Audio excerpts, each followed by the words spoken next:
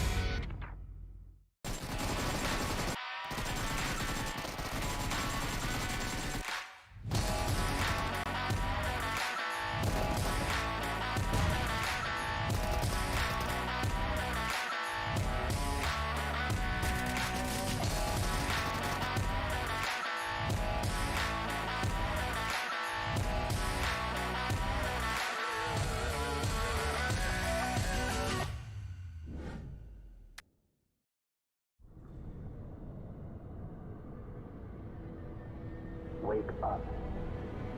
Wake up.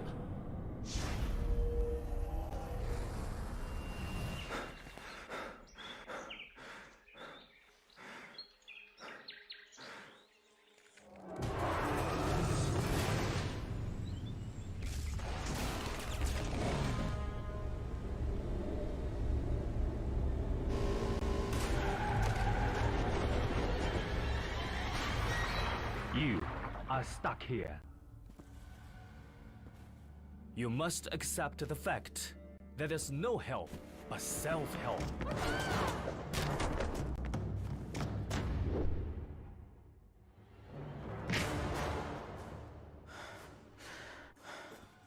Come on, fight back.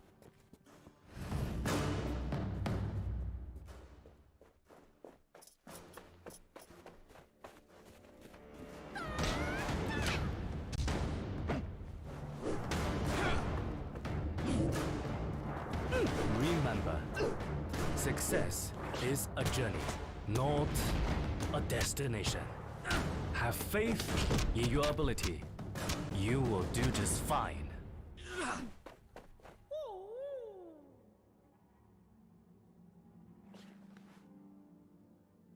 Now, take them all!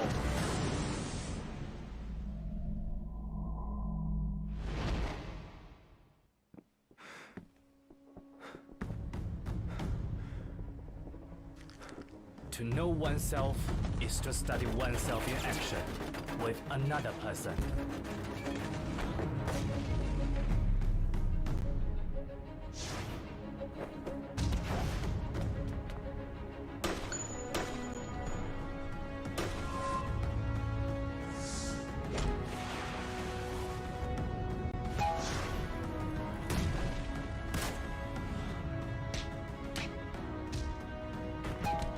Always be yourself. Express yourself. Have faith in yourself.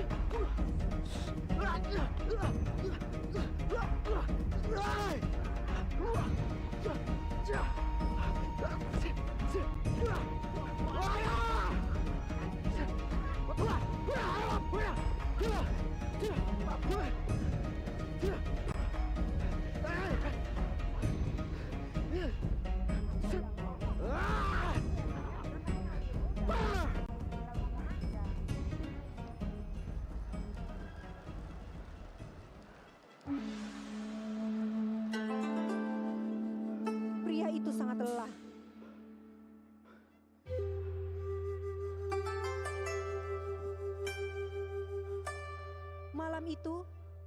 dia terjaga sepanjang malam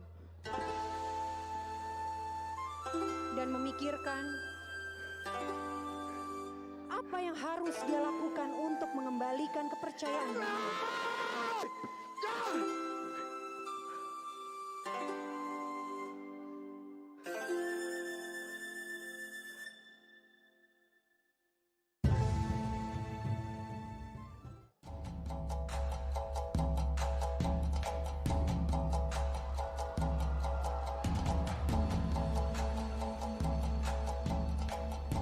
Perlahan, samar pria itu mendengar suara seperti ada yang sedang melakukan bela diri.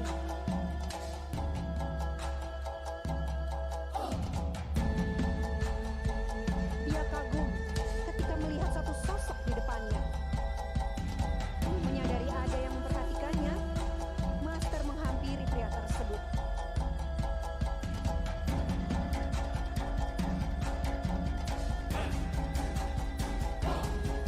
Sejak itu, Master dan pria tersebut terus berlatih bersama-sama. Seperti yang pernah dikatakan oleh Master Bruce Lee. Remember, success is a journey. Have faith in your ability. You will do just fine. Always be yourself. Express yourself.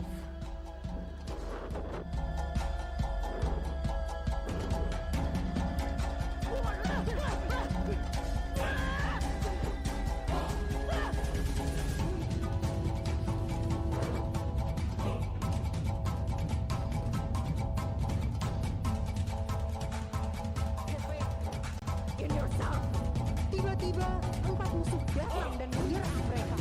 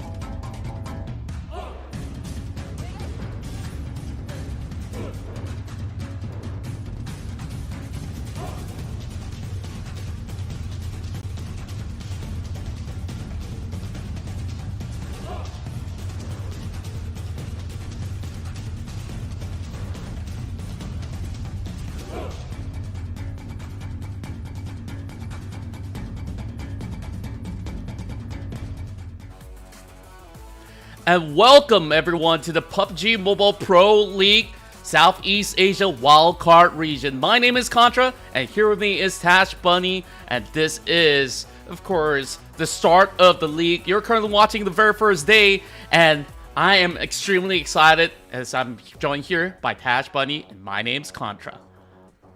And I'm Tash Buddy, and why did I say that? But anyways, coming back to what I was talking about, I'm really excited because we have new names as well as old names coming through, and we are going to be seeing one of the hottest fights that we have ever seen as these teams try to make their way into the slots to the most prestigious PUBG Mobile event this year. That's right, we do have so many new names on board for this SEA Wildcard region this time around, and of course it does consist of many respective Southeast Asian teams, namely from Cambodia, Myanmar, Singapore, and even many more. Of course, not forgetting the Philippines as well. They do have a lot of amazing raw talents. You'll be able to see a lot of stellar names, the ones that have been known since the very first SEA Wildcards, even back in PMCO, are still playing up till now. And of course, the new bloods who are there to hunt out for their glory to see if they would get their shot at the SEA Championship as well. So of course, let's get straight into the program as we will bring you a lot of latest updates to PUBG Mobile. Let's start things off with PUBG Mobile's Power for Neo Assassins power that is available up for grabs. Once you lock into the game, you definitely want to spend all those points and look a whole lot cooler.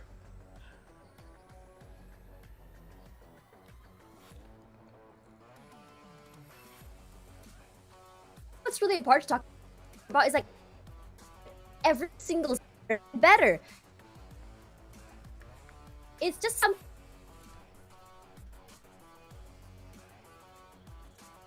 that PUBG did now before. That's right, and of course, this is the Silver Guru set. It is the brand new Ultimate set that is currently available, and you want to look like a Grandmaster, you could basically go ahead and get it right now. You know, like, it's giving me a little bit of that Tekken vibes, which I actually love so much. I'm, of course, not trying to compare those games, but just look at the weapon skin and tell me you don't want that in your bag. I absolutely want it.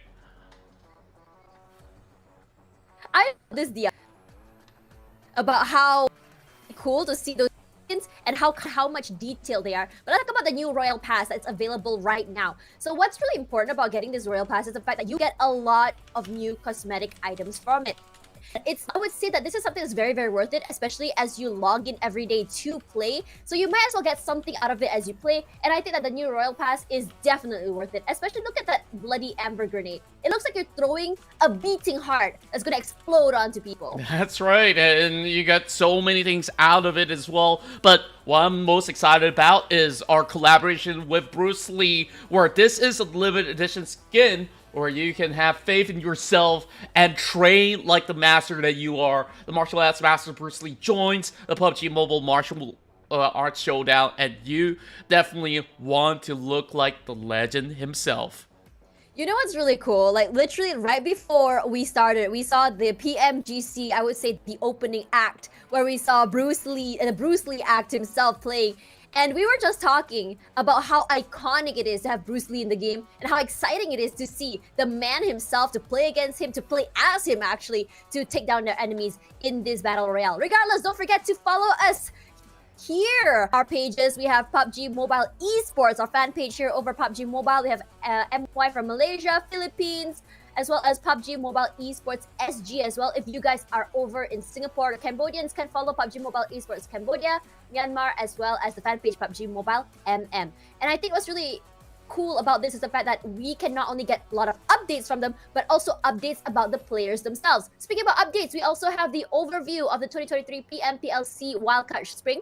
So we're going to be seeing 5 matches a day from Wednesday to Sunday every week. This is starting from today all the way to 19th, where we will have 20 teams randomly put into groups of A, B, C, D, and E, where there's 4 groups per match. That's right, and we're going to run it all the way back on week 2 as well. And once they're done, you hit into the top 16. So 4 teams will be eliminated from the weeks of play inside the league. And on the grand finals, it will only be a few teams remaining. And of course, they're contending for a whole lot of money as well. $40,000 are up on the line, and the points system is going to be 10 points for the winner chicken dinner, 6 points onwards, and anything lower, you will see the points dwindle down. But most importantly, for all the teams that are competing weekly, they will gather weekly bonuses. So once they are placed in respective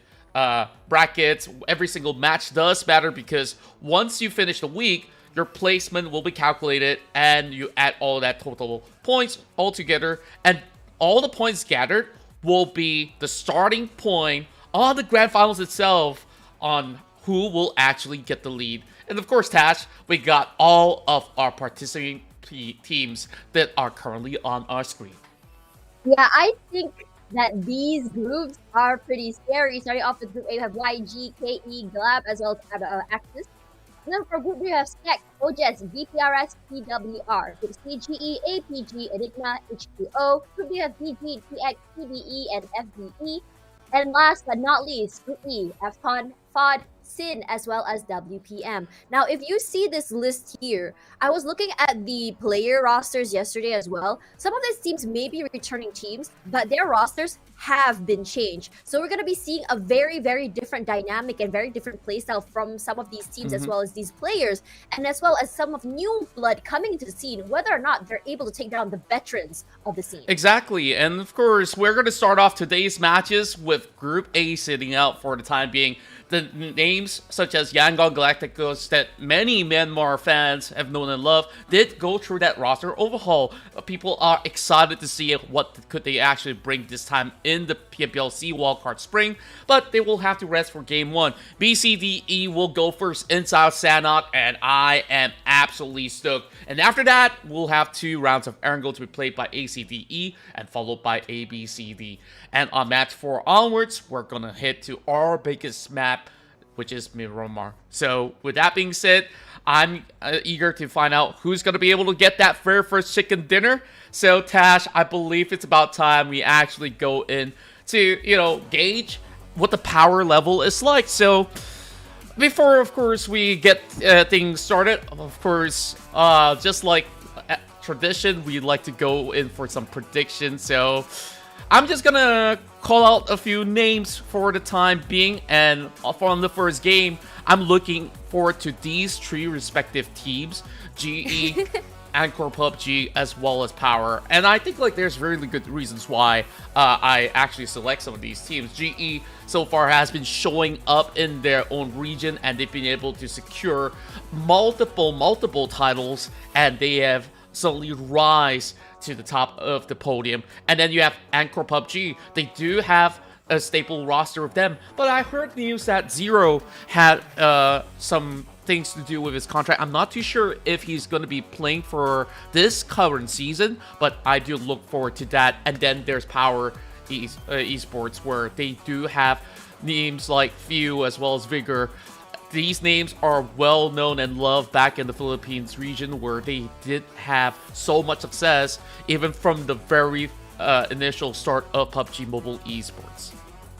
Okay, so for my side, Viper's Clan, I think that Viper's Clan does have potential, and I haven't really seen them play just yet. So for me, it's more curiosity's sake, and it seems like when I've done my research, it seems like they do have a pretty good track record. So I have high hopes for them.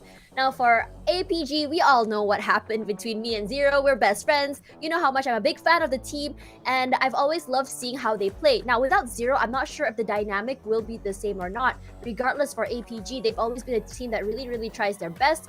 A very great and well-rounded team with great personalities. And last but not least, for Enigma. I think for Enigma, what's really important to talk about is how the players have changed. New roster, new team. I'm not exactly sure what's going on, because it seems like what they're trying to do here is move to a different direction with what they want to do, which players they want to go with, and how exactly they want to play. And I'm curious to see what is there to expect, because when you reshuffle your whole roster, there is this expectation that's coming through, and that's exactly why my eyes are Enigma. Yeah, and I'm just glad that we actually have this conversation to break it down, because we have so many talented players here who are about to duke it all out in South Sanok. Of course, usually we expect things to kick off a little tad slow, so give them a little bit more of that warm-up. So within 20 seconds from now, Tash, we're going to see who's going to be the most powerful team in the PMPL SEA Wildcard Spring 2023. So, without further ado, let's start off on our very first flight, as we are about to hit right in to our smallest map, 4x4, Sanok.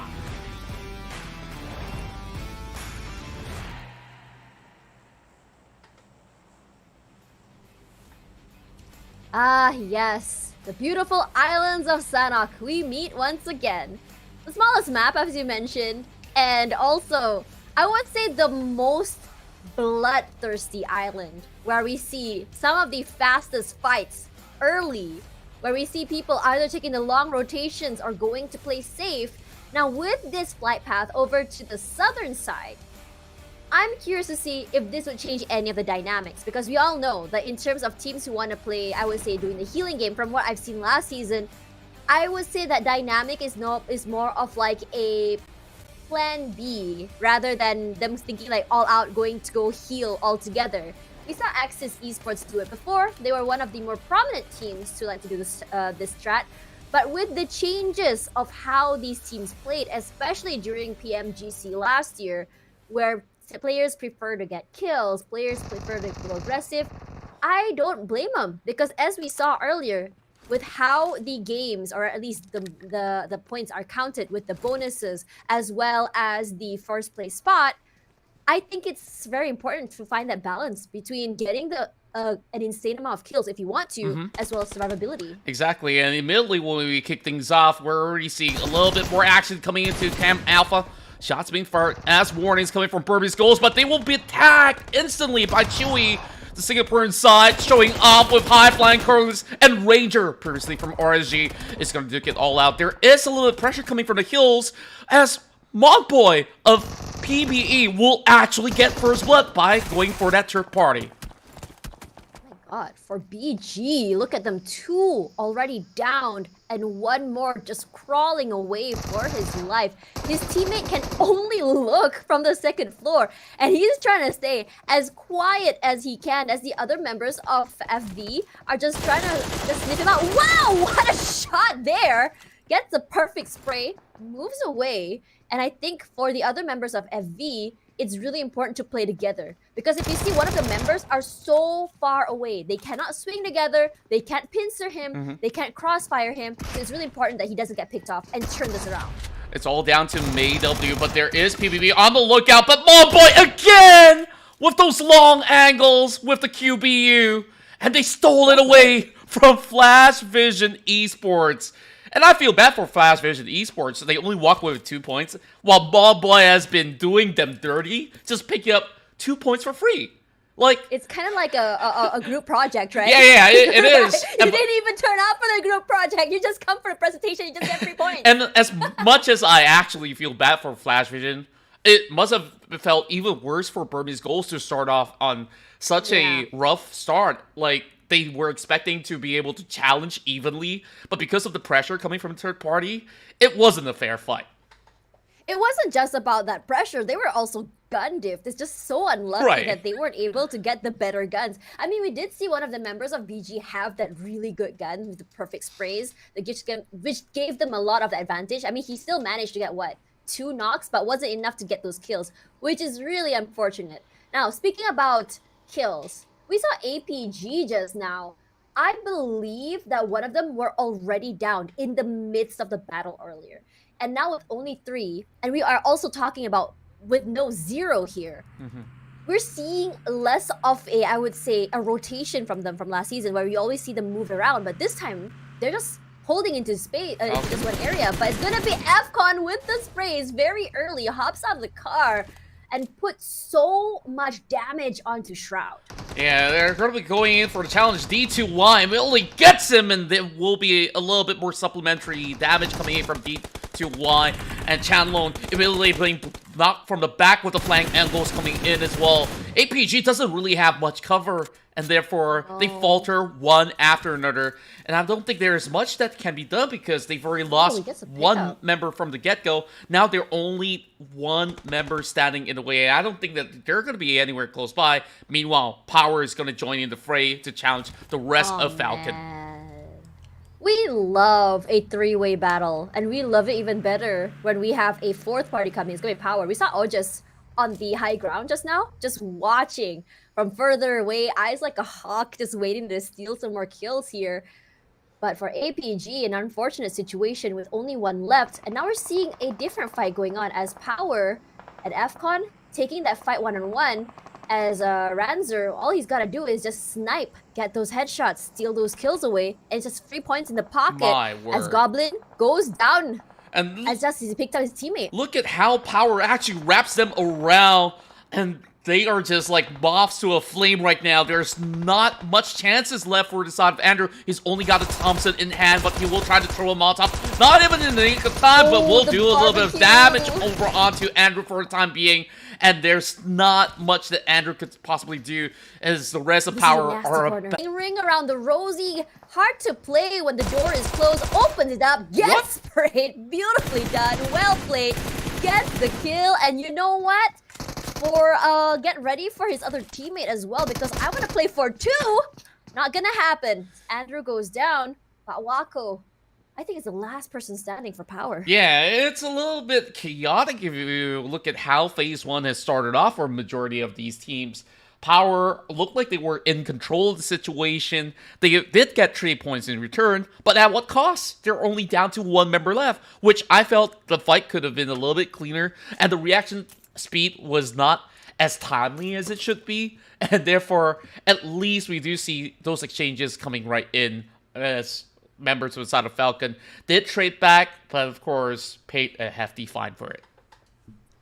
Honestly, these early fights are pretty brutal, except for APG and Power, where the teams actually get out unscathed. And even if it's unscathed, you still have 1 player left alive. We don't have the situation where we have still 3 more up or 2 more up. It's a very big loss to lose your teammates this early. And even then, FCON, they did go get the first place. They are the first one to hit 4 points with 4 kills in the bag, but at what cost? Their life. Yeah, and overall, you look at the power level for some of these teams. Sure, they're showing their strengths in the early game, but they only walk away with roughly an average of 3 to 2 points for the time being. Falcon got 4, but it costed them the whole team. So they're not going to be switching positions unless if there are certain teams that did last longer, did not survive till very late into the game, then perhaps they do have a chance to at least secure perhaps a ratio of top 9 till top 13. As we take a look at the mini-map, it's zooming right down towards the south side, but right now, Skur is about to lock into the battle against the Singaporean favorites, H2O. Ooh, gonna cook up that nade, looking for the perfect angle to throw it inside. He does throw it, gets a kill, gets 2 actually. Look at these sprays coming in from Marcus. Insane. Angkor Wat, the last player left alive, goes down. But even then, look at the damage that he's done to them. 2 knocks. That's a whole lot going on, and his members lying in wait on the lower sector of the map. So this is going to be a tough challenge for the rest of SKR if they were forced to move away. But for the time being, H2O, they've already been spotted out, and SKR does have a lot of resources left, not only in terms of their weaponry is looking mighty fine, but the problem is they really have to cut across because that's out in the Northwestern Passage. They do have a couple of buggies. They shouldn't be all too worried. You know what's crazy? Imagine if Power or H2O managed to get a chicken dinner just by not having that extra manpower. I'm gonna be screaming if that were to happen. And because this game has so many, I would say, things that can impact the outcome. Yeah. Like, it would be crazy if they did. Regardless, now for Flash Vision just now, we did see them actually in fights as well. And they actually managed to get 2 kills out of it. And with all of them still very much healthy and alive, they are one of those teams that I think would be considered one of the favorites to make it out alive. And as I said that, it's going to be Master Smile. Not down, but there's going to be a trade by West as well. So H2O and GE trading off each other, regardless of H2O only having 2 men still up. Still putting a very, very good fight against GE with 1 more knock. But for the other members of GE, I think what's really important here is they can actually survive safely, but they do knock out H2O out of the game. Yeah, quite unfortunate for H2O. I mean, they were pincered off from so many different angles. They took the fight against SKR, and after that, like, I was really uncertain if they should have actually went for the challenge because they were already down to 2 members left, and you would expect to fight a full squad if ever the reason is. And for the time being, at least H2O shows that they can retaliate if they want to. Meanwhile, the X is currently being challenged by SKR once more. And we're seeing a little bit of attacks landing over onto the rest of members of TX for the time being. But they're not exactly retaliating, so they will be held back over the spine of the hill as they try to cut across the Kawi. And now, SKR really dominates this entire region. Let's see what Aaron could possibly do. Perhaps he could basically turn this fight around by finding a pick against SK. Marcus has been great playing in the front line with his teammates just now. He's given so much value and so much space for his team. But if we look at the circle, gonna just move toward the left side here, is pulling toward Painan. as we see more and more players start to rotate inside. So you can see from the right side there is where a lot of, I would say, the heavy traffic is coming through, especially from the quarry, from cave. It's going to be really hard to come in from the east side. Yeah, and at the time being, there's actually 3 teams that are also moving slowly by the blue zone. They are still tanking certain damages from the outskirts. I hope they do have enough resources, because inside of Sanok, the healing meta is still pretty much prevalent, but perhaps hitting the late game, it's not really the wisest of choice in such a difficult scenario. Now, GE gets Pincer off, and Enigma is sure to go in for the exchange. They find those knocks, but they couldn't really get the angles to secure the elimination just yet. Well, Master Chi, he tries to cut across, and eventually will be tagged. That's interesting how GE is just meeting with so many different teams, taking so many fights, and they are in trouble as West running out of time alongside Smile. Master Azai, as well as his teammate, I don't think they can do anything from that area. They were not close enough to fight back. They weren't close enough for a cross or another pickoff. So, gonna lose 2 out of that, and it's a very unfortunate situation. As his other teammate's going to be bleeding to Look death. at SKR as well. They're trying to cut across. Meanwhile, Viper, out of nowhere, gets a snipe across the quarter region and finds a member off of SKR. For the time being, the rest of Viper are also moving from the outskirts. Exchanges coming in from Koopa. They do eliminate Ichi by the end of it all. TX, however, still struggling to make ends meet. They really have to cut through Quarry in no time, I would say. And thankfully for them, SKR has been cleared off by Vipers, so they have them to thank for it. Vipers, honestly, I would say their performance is really catching me off guard. I mean, I did predict them earlier, but only because I had a sort of feeling, or rather, I had sort of an expectation for them, but I didn't expect them to show their fangs, get it, tigers, this early. But they're actually exceeding my expectations, staying safe, staying pretty healthy. Their rotations are not exactly the fastest, but you can tell that they have an idea in mind with how they choose to take these rotations or take up that space.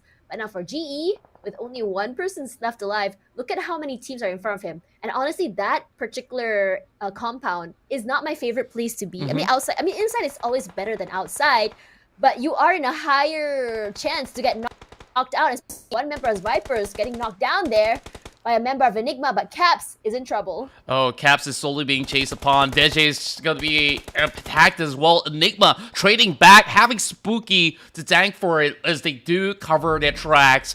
Now, Enigma is also by the edge, but thankfully, the next region's not going to be too far away for stage 4. Therefore, Enigma, they can commit to some of all these battles, and they're trying to spot out the rest of OJ as well. Spoogle eventually goes down, and the rest of Enigma, they have such a good leverage onto the corners of these warehouses where they can currently defend. Meanwhile, Rain, he's tanking certain damages, and he's slowly trying to get his health bars back up.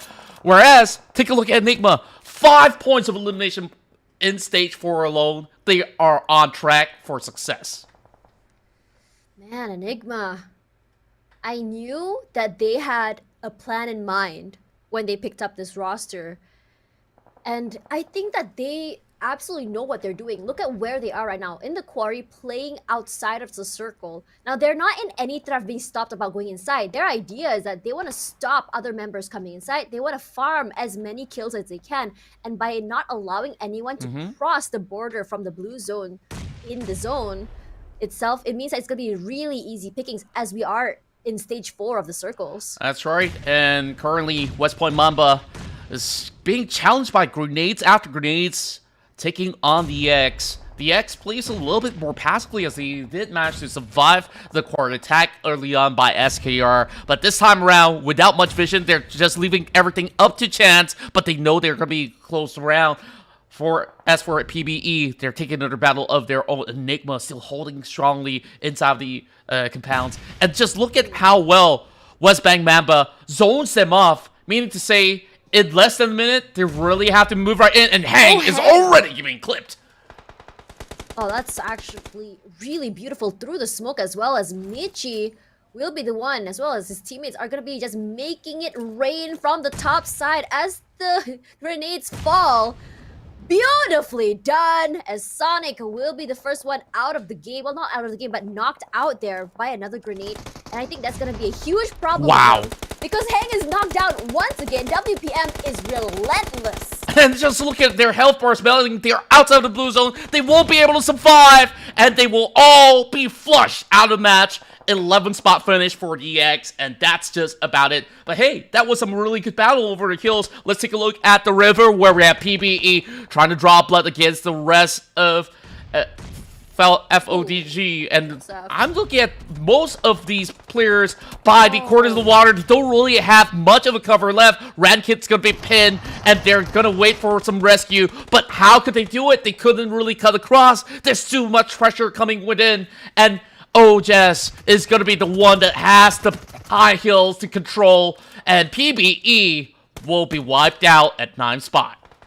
Oh man. So unfortunate to be caught in the middle of an area because they're not able to cross the bridge. They have to swim. And swimming means that you're literally sitting ducks in the... Get it? Sitting ducks in the water. Haha, sorry.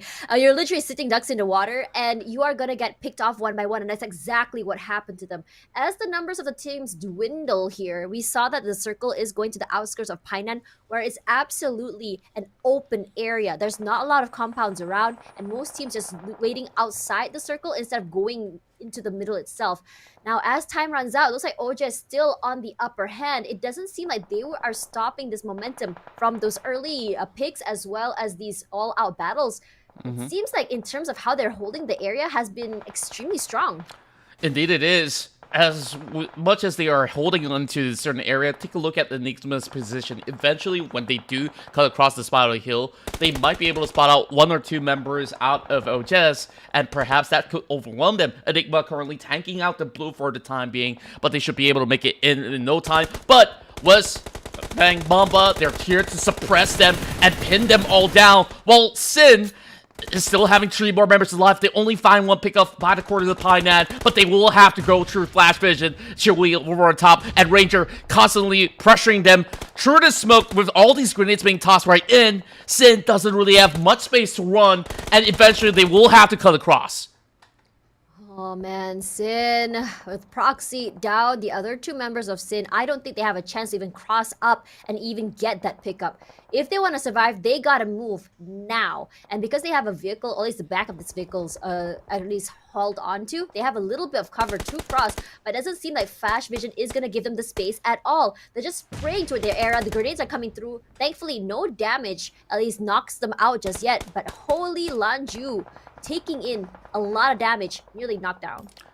And now we continue on with only 7 more teams remaining. Chewie does eventually get another knock upon Boy. And Capper, he just misses the mark. Zai still survives. God. Genesis Esports just slowly, sheepishly smiling across, thanking for his own life. And he's got vision upon 3 members of OJES. This could look bad for them. Speak of bad. OJS, this high ground is giving them so much value. They spot the other members of Enigma, gets 1 knock there. Beautifully done. Spooky, gonna be picked up, no problem, as Caps gonna give, at least get the idea where the other members are. Looks like Caps is in trouble.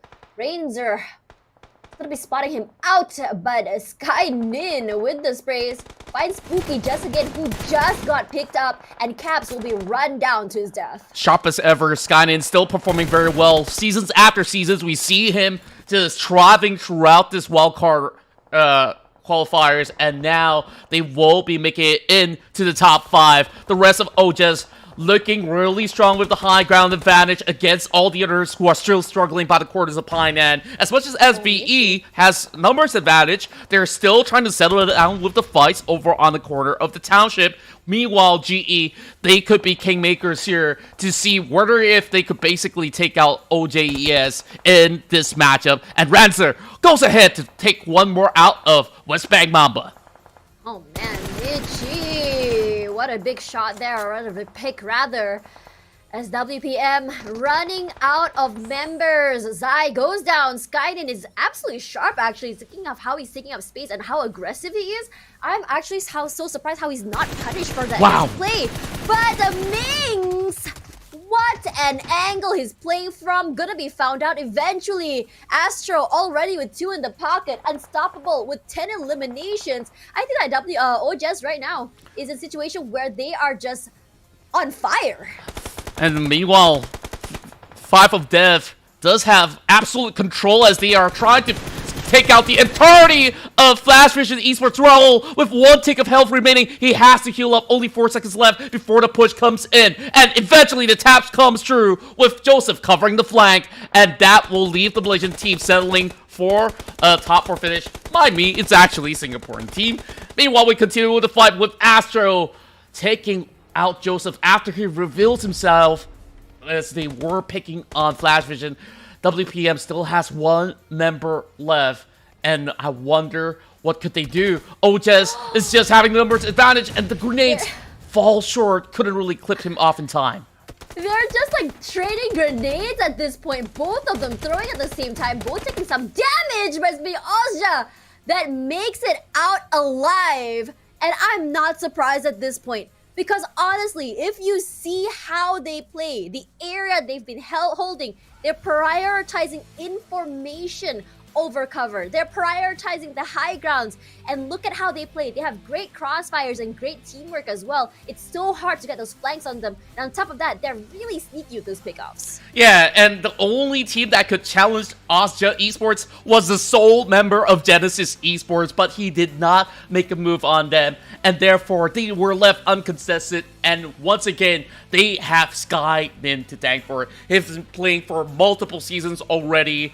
And the sharpshooter of Cambodia have been able to thrive with so much damage being offered on the tank. Somewhere 18, and then you take a look at most of these members, they barely even take any damage. 73, yeah, that's just a little bit of a dust off his shoulders. So, therefore, Skymin still reigns supreme, and we'll keep our eyes on him. How much more can he offer in these upcoming games? I think it's really cool the fact that Skynin is not only just taking so much damage, but as you mentioned, that is the fact that he didn't get punished for his aggressive plays. He didn't get punished for playing so close, rushing out forward, and he even had a drive-by kill at the end as well. That's how daring this guy is. And you would expect to see that usually we see maybe a drive-by happening as the car is the distraction and your teammate will I would say trade you for it as you are passing by. But he himself is the distraction, is the damage dealer, as his teammates are just scrambling amongst each other, trying to pick each other up. And I would say that Sky Nin has been doing a lot of the heavy lifting as well in his team and just giving a sense of direction and allowing his team so much space and so much areas of cover that it didn't give another team at all any chance to even come forward to take the area they have. And I was sort of expecting maybe Enigma to go a little bit aggressive, maybe get a pick off, rush up forward, take that space away from Ojes.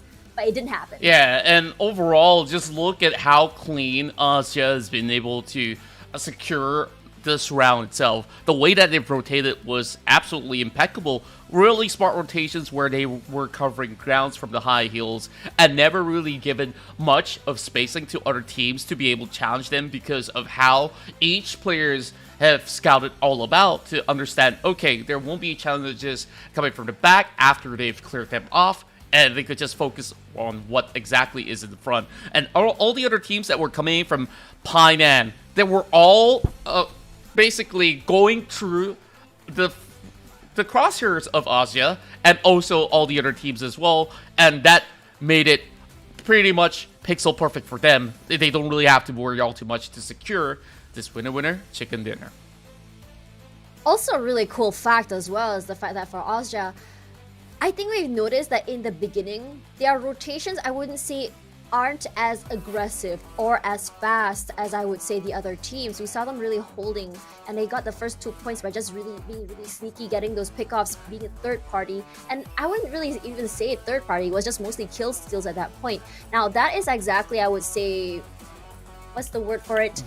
Being very efficient with how you get your points. You don't have to go all in for those points, and Ozja has that idea on how to do that. Alright, of course. So let's take a look at some of all these stats as well that we do have on our screen at the moment. Is we've already seen Ozja secure the winner in the chicken dinner, and then you have 5 of Danger also hailing in from Cambodia to be able to offer quite a substantial impact in this particular match. Let's go through the highlights once again to see what goes out. I think it's really surprising that on this map, this first game of today, we're seeing Cambodia pop off. the fact that we are sort of expecting our usual suspects, maybe Philippines, maybe Malaysia, to really go off.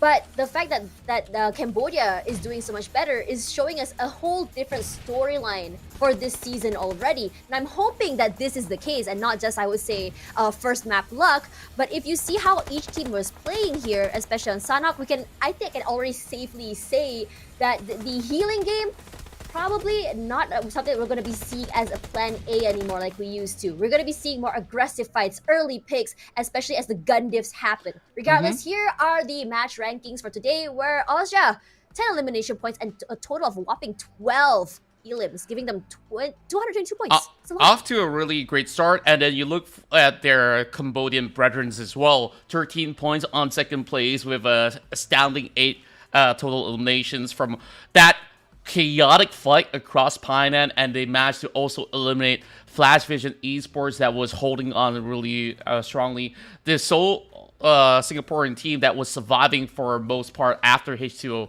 was left defeated early on, really pressed on with the pressure, and they had that hit start on Cam Alpha as they rotated in from the Alpha section all the way to the south. I'm really surprised on their performance because they did manage to survive for a really long time, despite all these under pressure coming from the rest of the teams. Meanwhile, we have West Point Mamba with 9 points to secure a 4th place finish. Enigma will get themselves an 8-pointer to conclude that top 5 for the very least. And also, remember guys, follow us on our social media platforms. We're everywhere on YouTube, TikTok, Instagram, you name it, we've got it. So if you're from these respective regions, you definitely want to leave that follow, or even hit that like button, or even subscribe if you want to. So for now, we are going to prepare for our upcoming game heading into Erangel shortly. So with that being said, of course, Tash, I know that there's a lot to talk about where we have already seen so much that was offered from Austria.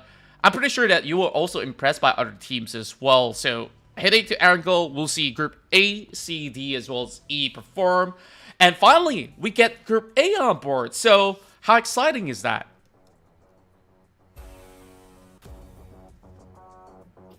And they are actually one of my, I would say, favorite teams. I've been following them for a long time, and we all know that. Coming from Malaysia, you kind of follow the stories of these players from the beginning of time. But at the same time, Younger Galacticos is also playing as well. And I would say that they are one of the names that we've known as some of the powerhouses here for PUBG Mobile, especially in the C League coming soon. So these two teams, I have a lot of expectations for them, but in terms of what to expect against all these other teams' performance and how aggressive they can be, it's going to be a whole different story. That's right. And of course, while we talk about that, let's bring up our predictions real quick for Game 2. Well, my predictions here will go over for KE, where I think like there's still a lot left on the tank for them. Now, I pre-predicted this, that Austria's going to do well. I didn't expect in Game 1. I don't know how you predicted that. I hope that some reason that will give them more momentum heading into Game 2. And of course, in the classic map like Erangel, everybody will have a lot more spacing to fight, and of course there will be pressure on them. And as for Burmese goals, they didn't really have a lot of room to play because they were pincered off by both Flash Vision and also PvE. I hope this time it will be a smoother cruise for them.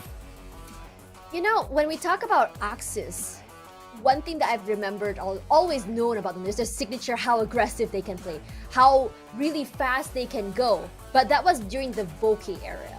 Now, I'm not sure if this is going to be the same this time around, but I do want to see that aggression still be around, regardless of whether or not they're still playing together. And I want to see that happening. Now, for Sin, we saw their performance earlier. It wasn't like the most stellar performance, but the potential is there. I mean, when you think about Sanhok, it can be a little bit more rowdy, a little bit more rough, a little bit more quick. Some teams are not quick on following onto that momentum. Now, as you go into Myanmar, as you go into Erangel, the dynamics change, the pacing changes, and some teams that we've seen before, especially Axis, can thrive in that situation.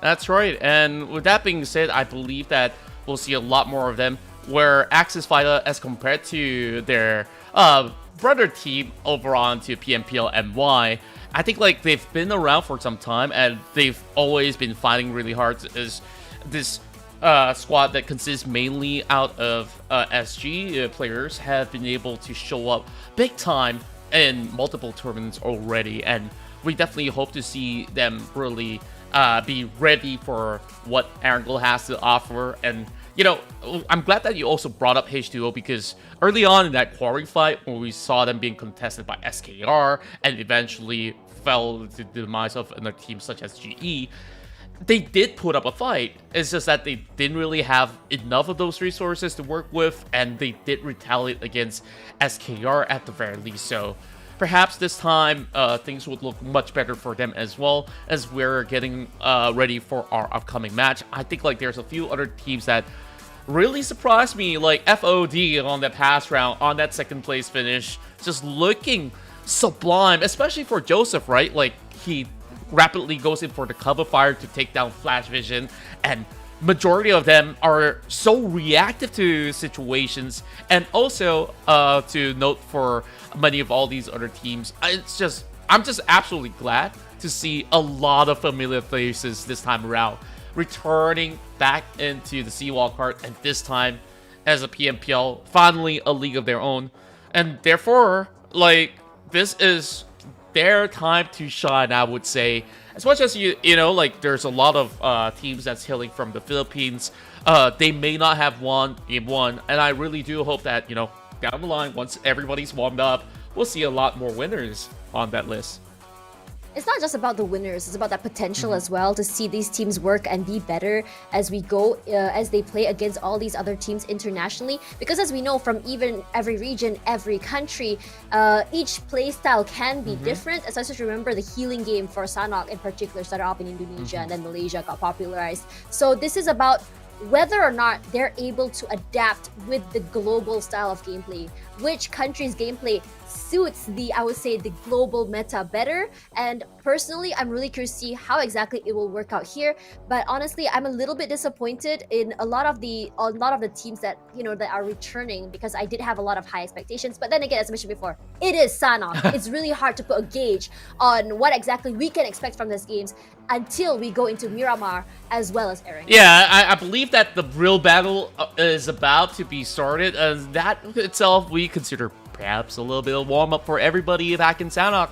Certain teams, especially those who are inside of Group A, they don't get that warm-up run, so expect some of them to try to get accustomed to the layers of gameplays that the rest are actually churning up from the past matchup itself, if they are continuing in this upcoming group, which will consist of Group A, C, D, as well as E. So for the time being, that will mean that Group B will be taking a rest, and therefore we will be seeing certain familiar faces that we had in that past round. So it will take a while before we get ourselves into that lobby. So what I really wanted to point out as well, on the stats that you were talking about, like adapting to a global meta, I remembered in a particular season back in 2019, those were still the PMCO days, one particular wildcard team from Cambodia, namely Orange Esports, made history after 2 seasons of them playing in different squads, and once they were brought together and they were given that fighting chance, they pull off the most miraculous run ever. And mind you, back then, wildcards have to go through qualifiers. You could easily be eliminated if you don't play well for 2 rounds of play, 3 rounds of play, and then they go into the C League, challenging titans back then like Bigatron Esports, RRQ, you name it, they have it all across C. You're bringing nostalgia when you're bringing those big names and up, imagine, you know? on the final day, they cut into the top 16. And then, after that, they made it into the C Finals. On the C Finals, they made it into the top 5, which qualifies them to the global play-ins. And on the global play-ins, they took the final spot as well to get to the global rounds. Way. And from that global round, they secured themselves a respectable position within the top 8. And I remember it being a high top 8 as well. So, sometimes even sticking back to your guts, your own style of play can work out as well. And I'm hoping to see some of that, and maybe a little mix of that global play as well. So perhaps that will be the grand balance that they're looking for. I really liked seeing these players that adapt, learn and adapt, you know, especially as we know some of these play teams actually go and have these global scrims.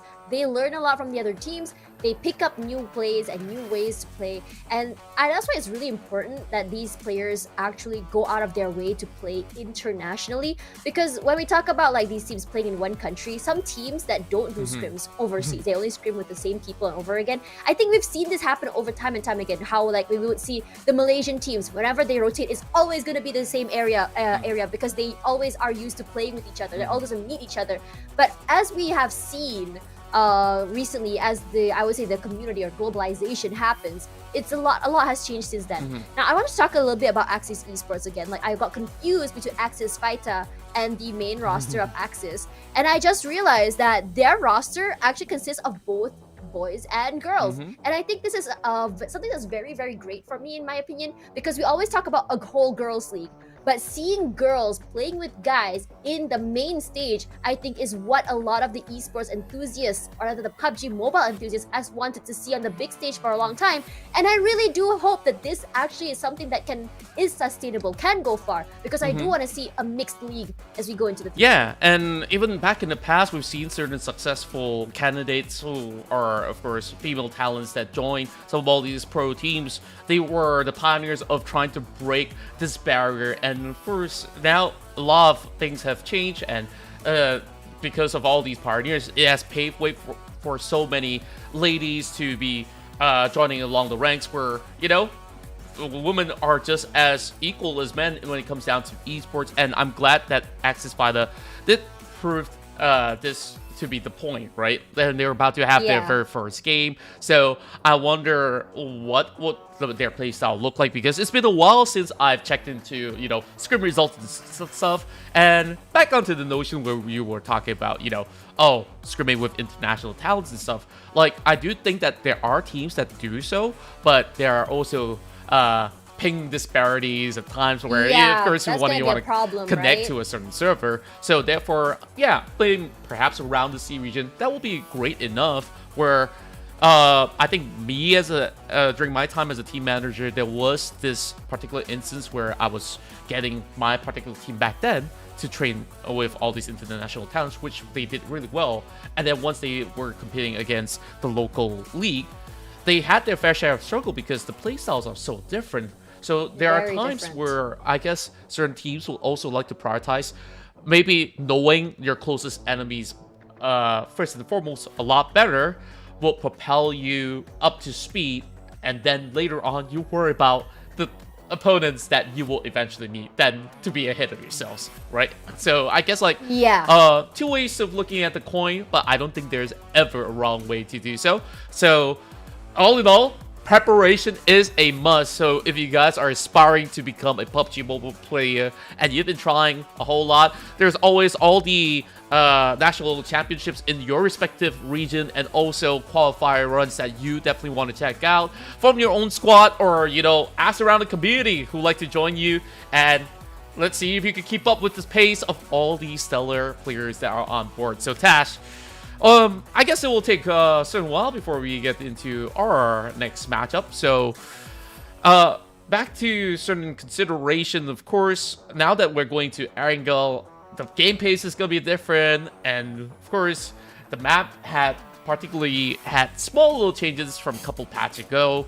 I think, like, now, Erangel is becoming a lot more accessible for certain teams that do not even choose cities to loot from. Sometimes you go with that so-called jungle strategy, you go into an uncharted area and start looking for some cheeky angles to disrupt enemies on that rotation. I feel like it's really important for teams to secure enough resources from the early game, especially vehicles, to get across the map. And speaking of which, Tash, I believe we're about to get ourselves into our first match. I'm really excited as we go into our first Erangel match of the day. This is where things get wild, and with 1 minute to go, there's a lot of situations happening. Now, if you remember last season's, a lot of the circles surprisingly ended up near SMB as well as the ferry pier. To a lot of the players, I would say displeasure is not necessarily the easiest rotations to do. It's a lot of prioritization of holding on to your areas, whether you want to hold on to mainland or you want to hold on to the island. And I'm hoping that at least today, they get a pretty easygoing circle. That's right. And with that in mind, I mean, you know, you may ask for something easy, but everybody loves to see a battle between chaos, the Islanders and the mainlanders. So I wonder if that's going to happen to shake things up a little bit to kick off our first round inside of Erangel. Now, also to note for the fact that majority of all these teams, whether it's scrims or not, some of them are actually contesting for some drop spots, just like how we saw back in Camp Alpha of Sanok.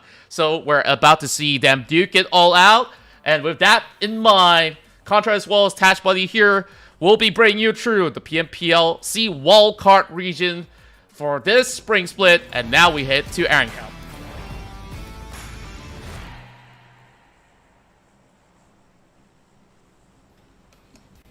As the gamers say, sheesh. Sorry, very, very old lame joke. But coming back into Erangel, now we won't be, hopefully for teams that did come up on top just now, were aggressive, the momentum would still be there to bring them a little bit more aggression as well as fast rotations in this map. But for the rest, this might best be the right mindset or the right way to play it, as they know that Sanok's already out of the way. Regardless, flight path from SMB going up towards Stelber. So those who are going to Georgiopol, Zarki, Hospital, Quarry, Primos, whatever it is that is toward the west side, are gonna go for a little walk. There are some teams that decide to just crash into another team's place, which is not necessarily the worst thing in the world. They can contest and on top of that get those kills, but it is a high risk play. Now, whether or not they want to do that, it can come with a lot of consequences. Now, if you remember last year, Philippines is one of those teams that don't really have a set drop spot. They drop wherever and whatever they want to, and they just go aggressive. And this is what we will expect from majority of all these teams.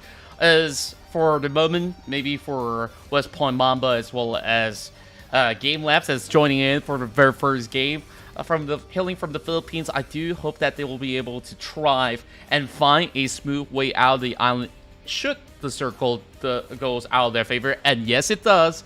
But at least it's just something that you ask for, something a little bit more neutral, where currently not many teams are journeying their way into the first stage itself. So it will take a while before Burmese Goals or even the likes of FOD to find enough resources to cut across into the central area. I love that Game Lab drops straight in the middle of SMB. There's a lot of supplies there. No one's gonna bother them aside from WPM, but they're all the way over on the east.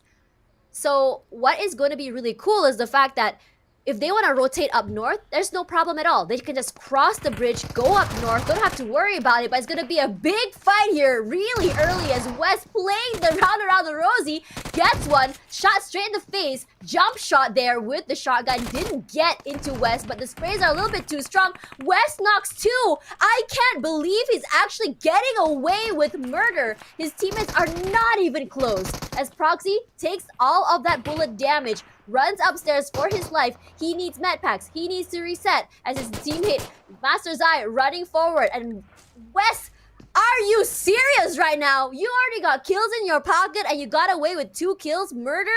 I don't know what this man is on, but the momentum from game 1 is just on top for him, and Sin is in trouble. And you can see there FV33K running for his life. Yeah, and I do believe that there is so much that he can still offer. GE does find a clip onto them as well. Sin being overwhelmed with a little bit of a surprise, and they will be able to go in for the revive as well. Things are just starting to heat up, especially across this Rozak at school section.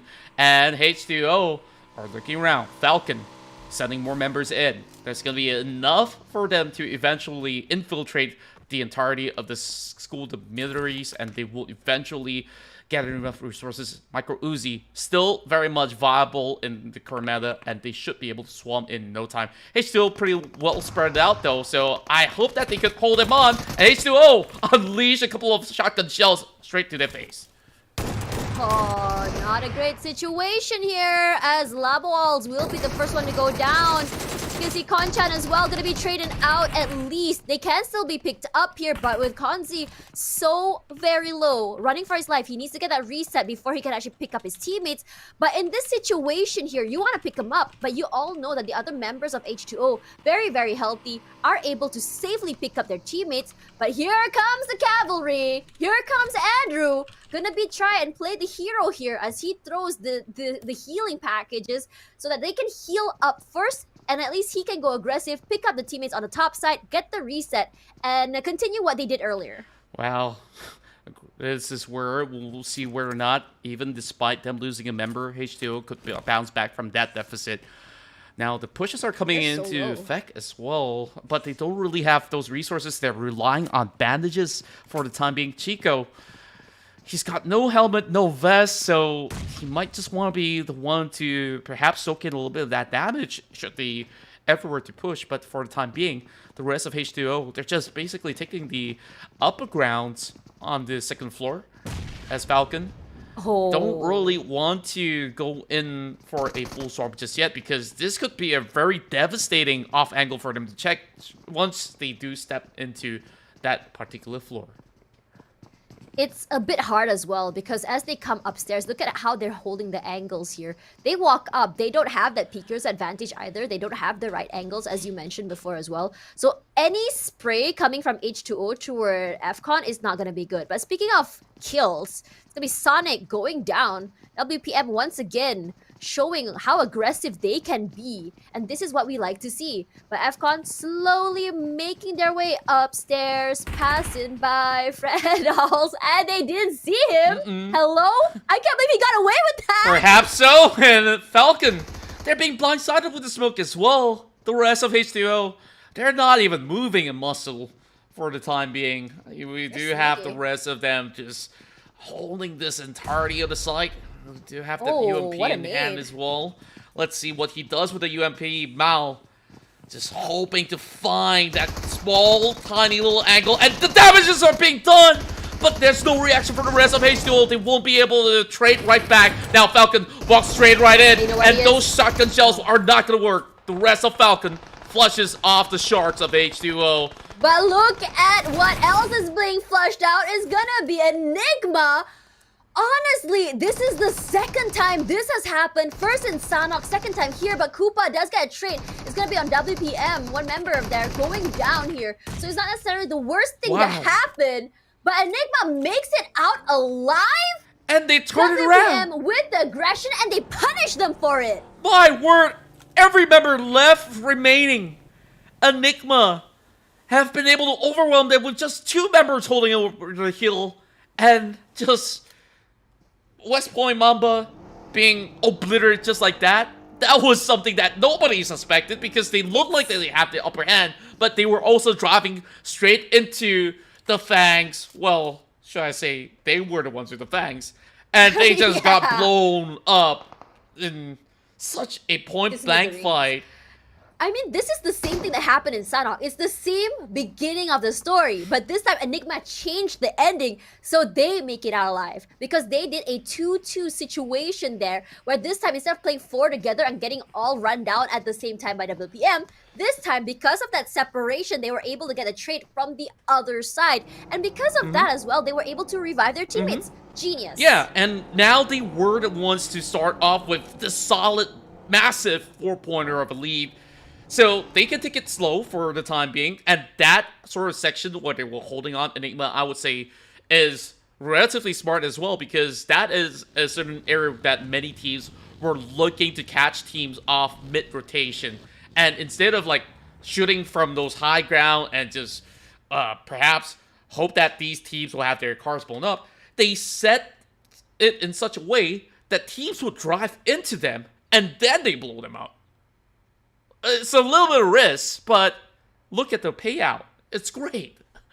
High risk, high reward. We love that. And we've seen time and time again, especially the Filipino teams, they love to play aggressive, but this ping pong circle though, I don't think a lot of players are going to be happy with this, especially YG. Look at how the area they've held over near ruins, that high ground. They held out the whole area by themselves for a long time. It gave them a lot of information, but they're gonna get down. And we all know that rotating off a high ground can be one of the most dangerous things, as teams over on the other side can just pick you off as you slide down the terrain. Look at what's going on. PBE is chasing GTA? upon members GTA? of BG, and he flipped over halfway through. Come on, dude. Not like this. Burmese goals are not really having a good time ever since the start of Sanok, and now they draw the attention over onto MayW, and this does not look good at all. The rest of PBE, they're happy to loiter on the outskirts, and they spot out Edward as well. They see the car parked on the corner, and this is gonna be another 3-point in. PBE really knows how to hunt for their points, but thankfully for BG, they get the point denied by the play zone. I was gonna say, like, we were just talking about accents earlier, and finally we see our first glimpse of them, but oh my god! I was literally gonna say, baby's in trouble. She's all alone. But she was running a shotgun, but she probably got a heart attack of life. Probably instinctively shot that shotgun shell, and she's like, oh, great. Had a heart attack, but a free kill in return. I'll take that. Yeah. Thanks, guys. And she did it without even having a second guess, Didn't right? even flinch. She didn't even flinch, and the best option left available, I mean, that 1v1 could have resulted 50-50, but you have the rest of... it just so happened that she had the better gun in that situation for CQC. And also you have the rest of Axis Esports also moving in, Axis Fighter, I mean, or even if she does fall down on her knees, there will be enough time for them to come back to at least trade back. Now, the rest of KE are taking the entirety of the section of Pochinki while they plan themselves over on the high grounds of the church. Whereas, BG, we saw what they were struggling with, not only the play zone, but PBE out there on the hunt. They finally shook them loose at the very least, but now the journey inwards into the circle will be congested, as most teams are already across that central area, and most of them will have to play through areas like Rozog, School, as well as Pochinki. And there's also a little bit of wiggle room into Ruins, but I don't think that BG will journey into that far of a territory for the time being. And now, back to Axis Fire. I believe they spotted out some members moving in from Genesis Esports. For some reason, the song Dumb Ways to Die has been playing in my head over and over. Especially after we saw that massive accident earlier. It's just one of those situations where it's extremely unlucky, but you don't want it to happen. It's a situation where it's the worst way to go, but it's also the rarest way to go. And it was one of the most untimely way to go as well, right? Exactly! I feel like it's just bad luck. You can't blame it on the team. You can't blame it on anyone else. And now, leave nothing to luck, because the teams are slowly moving into the deeper sections of the school terrains. And this is particularly challenging because many of the teams will also have to consider options across those empty terrains. And I'm looking at Watertown, right?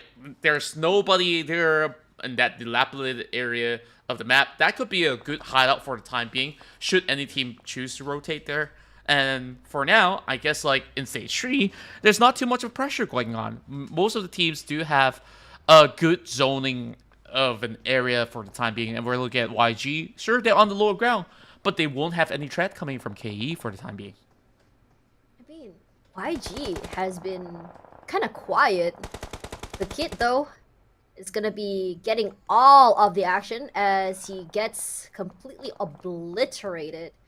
And for APG, I feel like they've been very unlucky in this situation. We talked about how they don't really move around. They don't have the most, I would say, erratic of rotations. But at the same time, we haven't really seen any proactive plays from them. It's mostly just reactive. They're not going out of their way to get kills. They're waiting for people to come to them. But in that situation, it is... That was random. Yeah, well, I get it. And when you're looking at a fired up vehicle, the best chances are you don't want to drive them any further. And they could basically form a barrier with that, especially when they are currently in these open grounds across northern side of Pochinki. So FOD, 5 of Danger, they showed us such a great start back in Sanok. Now, they are hoping to get this open space so that they get this bird's eye view across everybody across that are trying to cut into the south side of Rozak as well. And speaking of which, we're already seeing some shots being fired across the map. Spooky lands one, does eventually find that elimination against Aaron with a headshot, and they're still going at it. Even Enigma is pinning down some of these other players, and they are currently at 5 total eliminations off to a great start. Talk about turning a bad situation into a good one. Enigma has been really good at doing this in this particular map. Wow. But speaking of that, it's going to be APG as well. Coming in strong, coming in hot. Wants to show that they too can make it up and get a slice of that pie. Just because they didn't do well in the first map doesn't mean that this map they are down and out. Regardless, I am really curious to see the post-game matches later. I want to see how far the longest distance kill is in this particular map as the circle will pull down toward the southern side, and it's going to be YG with the advantage. Now, with YG already holding on to the area, they are probably already have fortified how exactly they want to hold that area, how exactly they want to play around the area, because it looks like there's a terrain that they can play around, which means that on the top side, they can get information they want, and if anyone were to push from the top side, they can play by the side of that, but it looks like for APG, shots are out, but no kills yet. Yeah, it's a lot of long-distance trades going across the map as of the moment.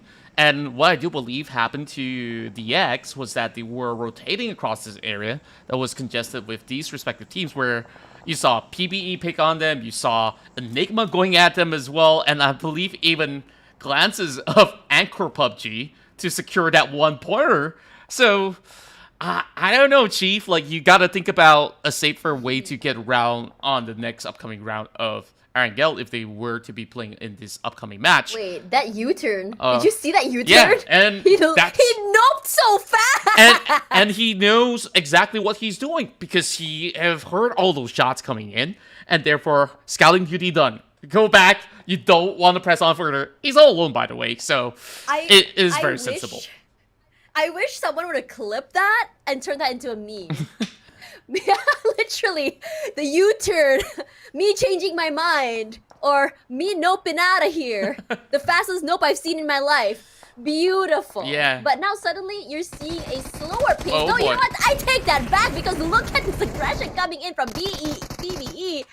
And AFCON and this team trade out one another, but it's PBE that comes out on top. But they're in trouble because look at how many eyes are on them because of the noise they've been making. That's right, and PBE, they've definitely made their mark having some of these players who have played back in the PMPL SGPH previously, and now going into this brand new organization, they're looking stronger than ever. Sure, back in Sanok wasn't exactly the best showing of their strength, but at least they're getting a lot more accustomed inside of Arangel for the time being. But they're opting to go in for a split formation as they try to cut across the map, and GE is currently on the spawn on the hill. I'm not sure if this is the best of call, and with this widespread, this is relatively risky out of PBE. I'm interested to see what goes on, but with them spread it out, look at them go. They spotted out the rest of APG, and they probably had a clue of where GE is currently at.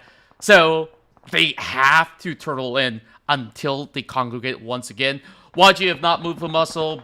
BG, however, look at them go. Somehow they survive. And now even nades are being traded against him. Oh man, this is a very bad situation for AFCON because while they did get inside the circle, finally, they are running out of bodies, they're running out of numbers.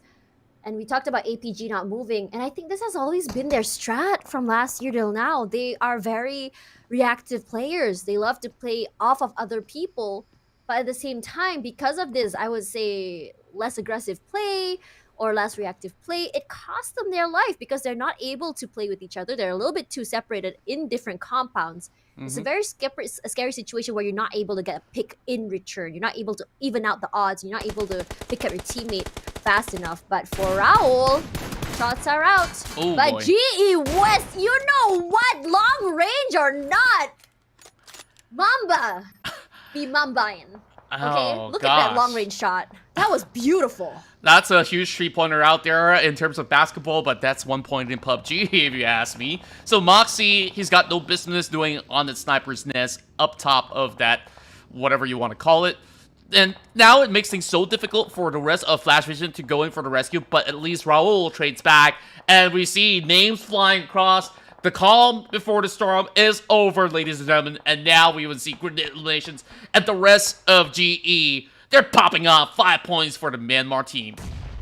Oh, now Flash Vision in trouble as GEM wants to go aggressive. They want to get these picks. You may have shot at us first, but we want to finish the job. They haven't found the other 2 members yet. Now Chewy playing strategically outside allows him to either run away or play as aggressively to shoot at the people pushing through. But for GE, they know that, as you mentioned before, Blue Zone pushing up here, they're gonna have to eat the damage, and it's not looking good. Axis Fighter folded on 11th place, while there is so little room for them to squeeze. But look at Raul, he spots him out. The grenades are being cooked, and they will toss it upon Master Zai for his elimination will go through. And he's hoping to pick up Master Sheen, but not in the nick of time. Flash Vision Esports this time around will only settle in for 1 elimination point, but good fight whatsoever. They did pick 2 down, but them being denied of these points as well, these kills do not count into the points usually, as you can see. Outside of play zone goes Master Zai, and that's all that they do get. Quite unfortunate. If they last out a little bit longer, maybe those points would have actually went to Flash Vision, but at least the team of GE does survive in return.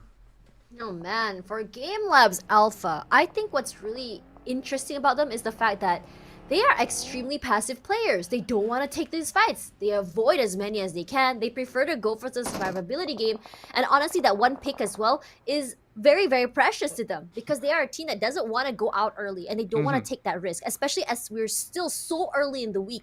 And if it's so early and they're not able to do well, they're just worried that the more they go out or get knocked out earlier, the worse their situation will become. Yeah, I absolutely agree. And every single point matters every single round, where you want to secure all those bonus points by the end of the week. And Burmese goals, as despite all these trials and tribulations, like by the end of it all, they got themselves those 3 points for this round in particular. So they made the best out of the worst situation. That's good enough for them. So only 7 teams remain at the moment in this juncture between school as well as Pachinki. And I start to understand why FOD as well as Game Labs didn't intend to really show all their potential for the time being, because they are waiting for that golden moment to strike. And speaking of which, Yangon Galacticos look like they could be picked off by both of the mentioned teams. Oh, wow. Game Lab.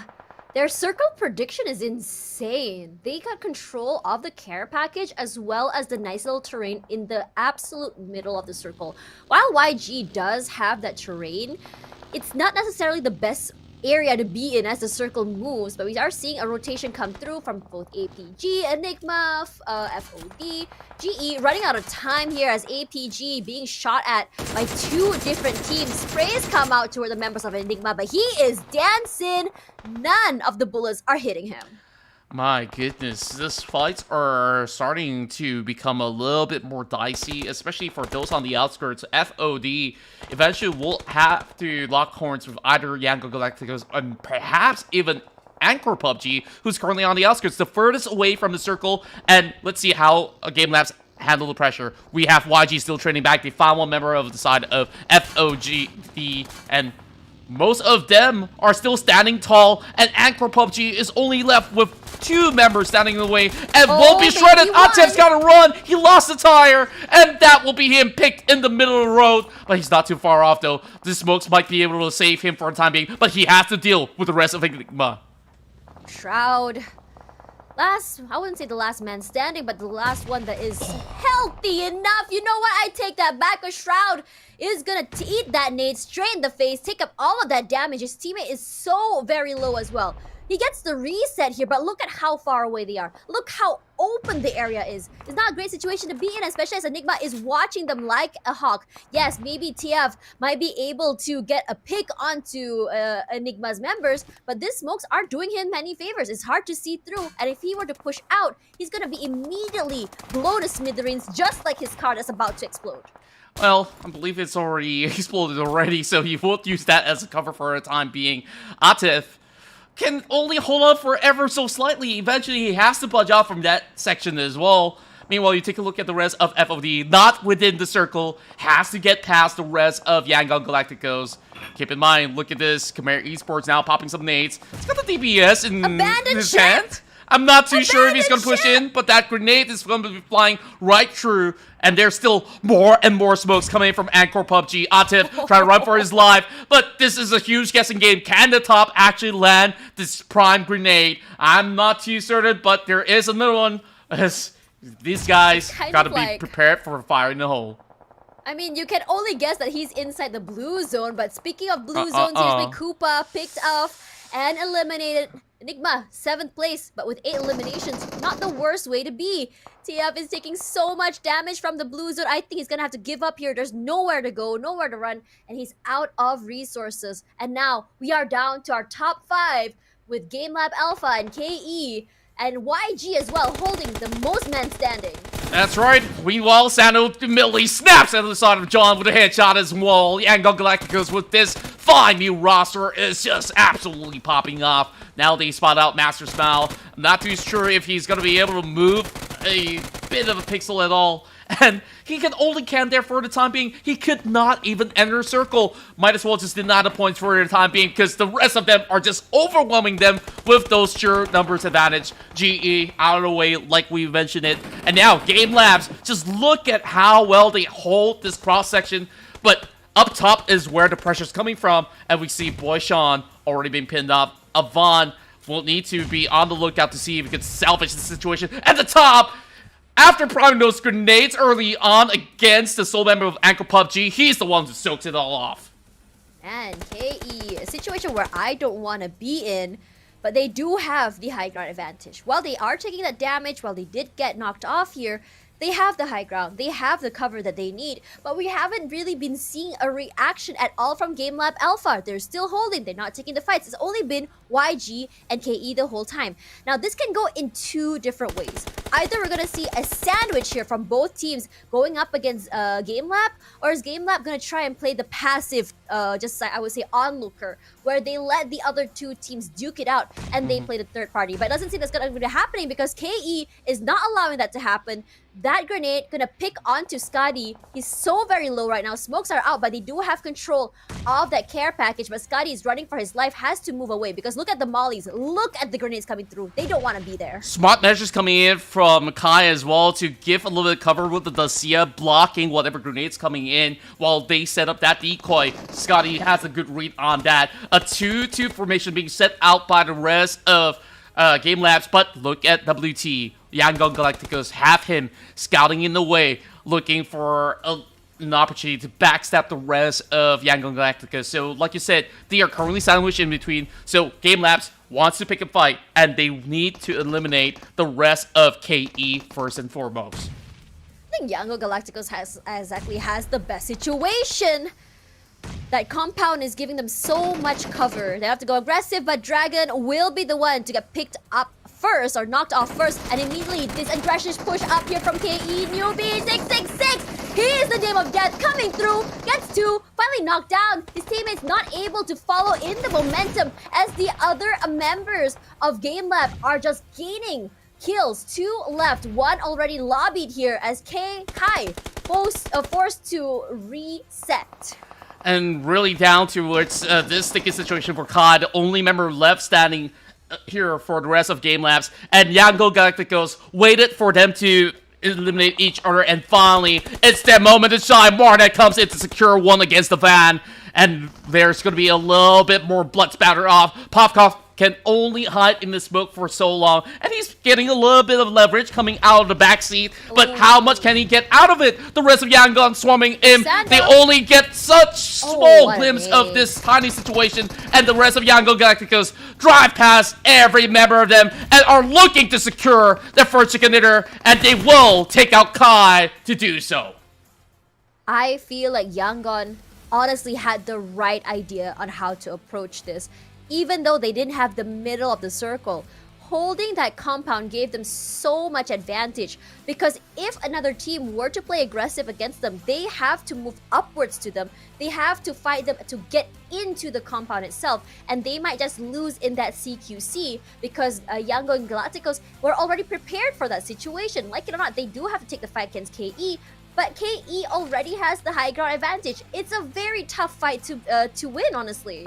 Indeed it was, and Yangon Galacticos basically played a smart game overall. They prioritized their positioning, and after that, they just slowly assessed the situation, finding only clear picks necessary, and they walked away with so many frags across the chart for most of the members. And I gotta give props to Marnet, as he is the MVP of the match because he's the first mover of the team.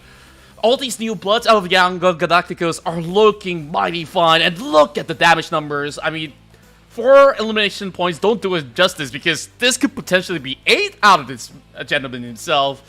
And with all of them surviving to the very end, this is the first win with all members left intact as well for Yangon Galacticos. So, what a great way to kick things off for YG.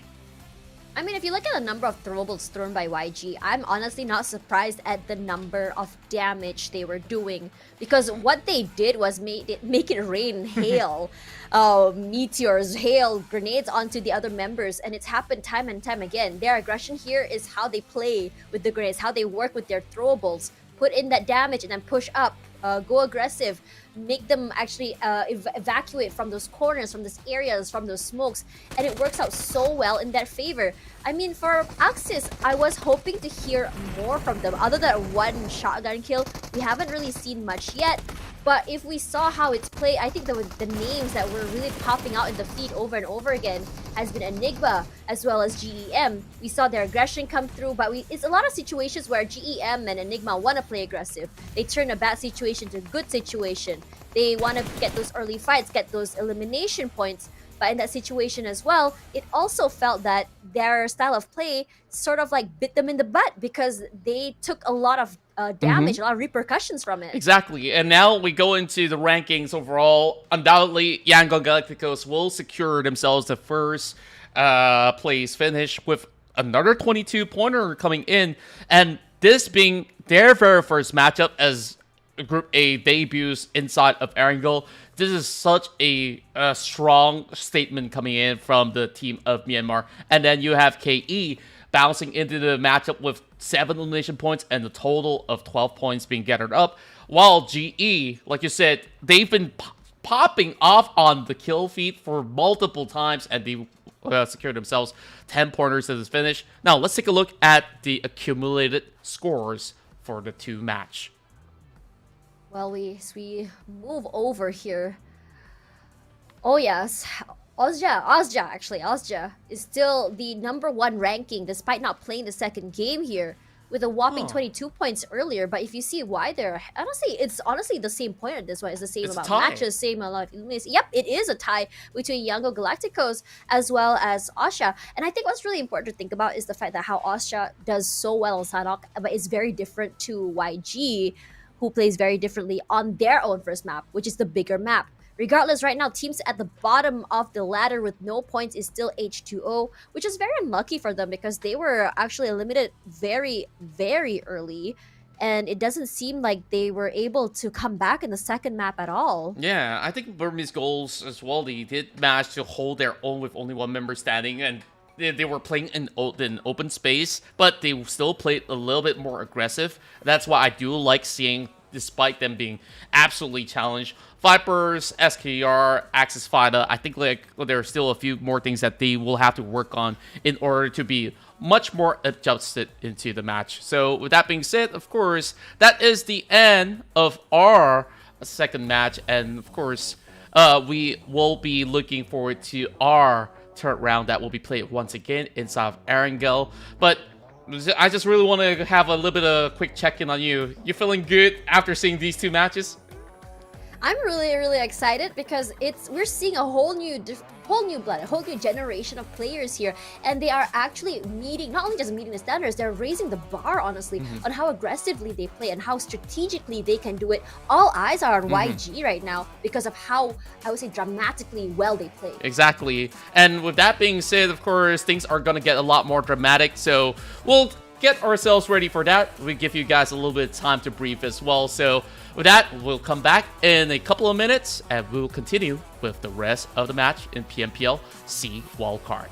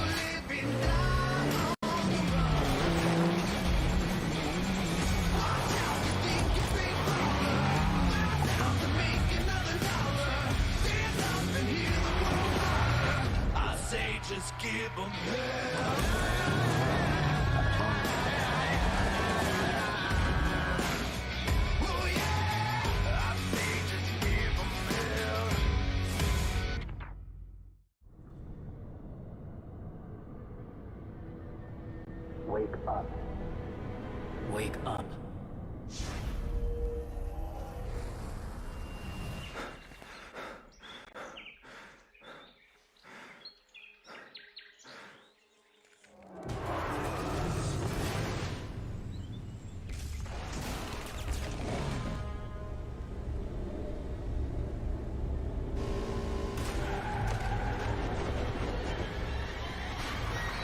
You are stuck here. You must accept the fact that there's no help but self-help.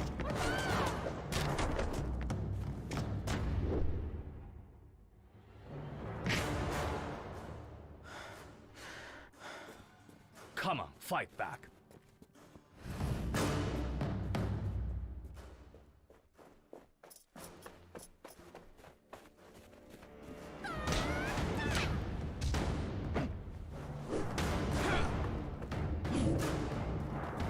Remember, success is a journey, not a destination. Have faith in your ability. You will do just fine.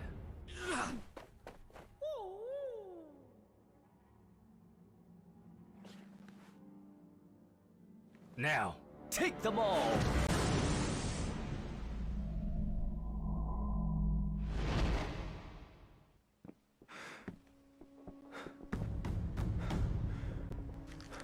To know oneself.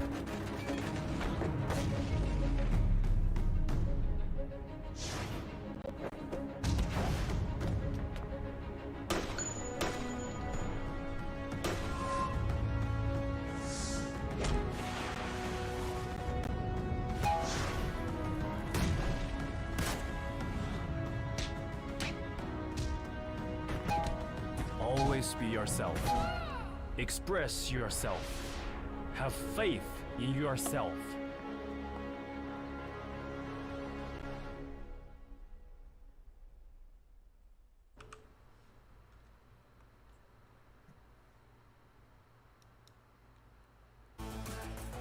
Welcome back once again, ladies and gentlemen, and welcome to the PUBG Mobile Pro League Southeast Asia Wildcard Spring 2023. It's your boy here, Contra, alongside with Tash Bunny, your casters for the entirety of the week itself. And of course, we'll be joined with other casters soon after, as today it's definitely an honor to actually welcome you guys on board for the first day of the league. And we've already seen 2 chicken dinners where we have members of the side of Cambodia on the very first round really popping off. And then now heading to the second matchup, Yangon Galacticos is here to take over. And Tash, I wonder what more surprises can we get, as certain teams absolutely blew us off of our minds. I think that we're gonna get a lot of surprises because if you remember from previous seasons, some teams take a few rounds to warm up, some teams take a few rounds, some teams take a few days. But remember, the name of the game here is to end the week with as many points as you can. There are the bonuses, there are getting the placement points as well as you end the week. So it's really important to not take too long to get that engine running. Regardless, before we go into the match, don't forget, guys, that the Neon Assassin's Power outfit is out. This is one of the nicest cosmetics I've seen, and I say that every single season because every single season PUBG Mobile just gets better and better with their designs. That's right, and this is in Neon team. I mean, we're looking forward to everything for futuristic, and this is probably one of the best sets out there. If you've been collecting, what if PUBG Mobile makes a movie based on this outfit? I believe they could actually do so with all these resources that they have, but there's a lot more cool stuff, so save that budget for the rest of the cool stuff to come, because Tash, other than the Neon's Assassin Power, I believe we also do have a lot of cool stuff in terms of collaborations and all. So, of course, what's next in line here? You guys should definitely check this out because we got the Silver Guru set. And Silver Guru, you know, is kind of like... this guy's so cool, he doesn't even need to look at crosshairs. He's got a blindfold! And exactly. let the gun do all the talking. He reminds you of like Descendants of the Sun. You know, Legend of Wukong, right? Very similar, cool master moving into the world, but instead of like a pole, he has a gun. Yeah, and this is the brand new ultimate set that's currently available, and you better get it quick before it goes out, because this is probably one of the coolest weapon skin that I've seen for quite some time. So this is the new Royal Pass. So every season we have a new Royal Pass, and in that Royal Pass, what I really like about it is the fact that we get so many new things. And this season, we have the Venerable Assassin set, the Dragon Flame Berserker cover, the Royal Guard cover, and these are really, really pretty. As you play the game, you grind for new things, and I think that's awesome. That's true, and of course, you can absolutely kick it like Bruce Lee and have faith in yourself on securing those chicken dinners once you secure this limited edition skin. And mind you, it doesn't last for all too long, so this collaboration is only till the stipulated time, so you should basically check that out. And not only that, you should also follow us on all our social media platforms so that you can keep up to speed on all things PUBG Mobile and PUBG Mobile Esports, as it's on your screen. If you're from Myanmar, the Philippines, NYSG, and beyond, you definitely want to go ahead, drop a like, drop a subscribe, and everything else. Just don't drop your phones because you need it to play a whole lot of PUBG. Okay, that caught me off guard. That was really funny. And you know what else is funny? Well, nothing is not funny, this is serious. Because we are moving into Erangel once again, but this is going to be A, B, C, and D, which means that Group E, West Point Mamba, Sin main team, Type of Danger, and Falcon Esports, we won't be seeing them playing. Now, out of all of these 4 teams, West Point Mamba has made a significant impact in the game on how aggressive they play, on how quickly they want to take up the space.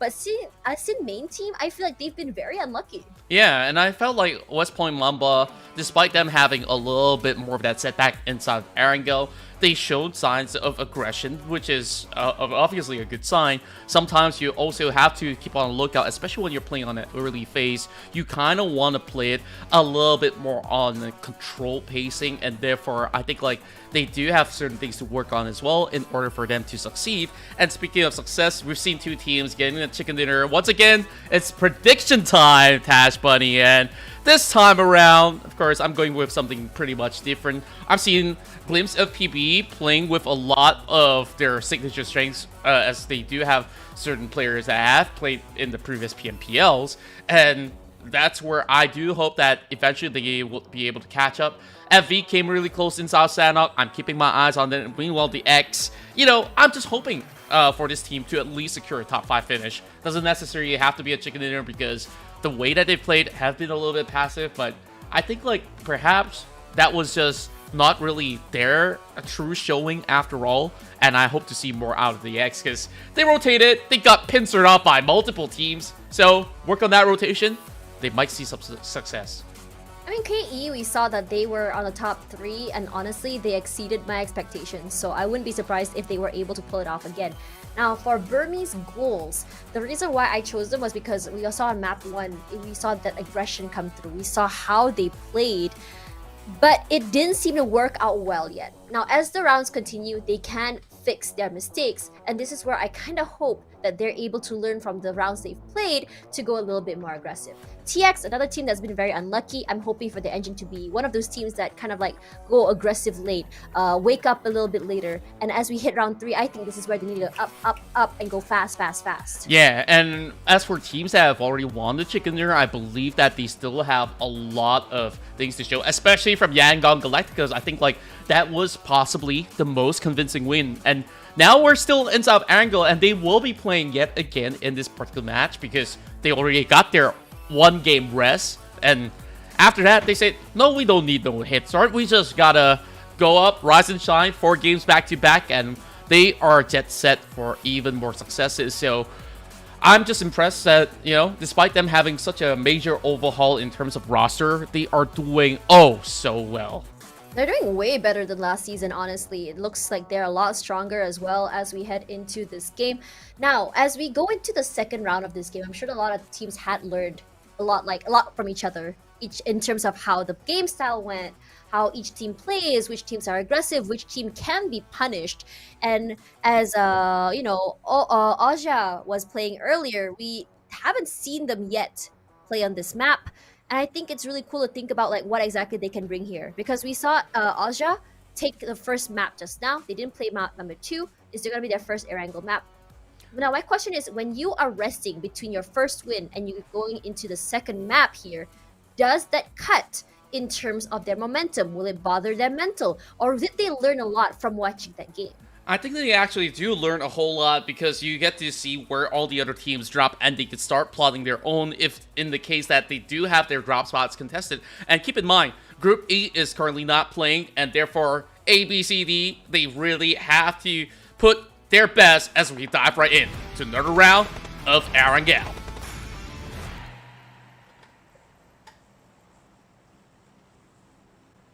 Here we go, round 2. Will Yangon Galacticos actually be able to hold a fort? Maybe get a back-to-back chicken dinner on the same map, or will we be seeing someone rise up to the top, especially with Group B coming back in here with a great start from Aja in map number 1 and Viper's Clan perhaps wants to make up for the rough start. This may just be a whole different story as we come into this map again. But if you talk about stories here, the flight path kind of come by from Navarro Noye all the way up to Zarki. So this time the map sort of a 60-40, no issue on where they want to go. The question is whether or not the map will be the circle will be as ping-pongy as the last map. Perhaps so, and with a little bit of changes in terms of group, look at Ozja.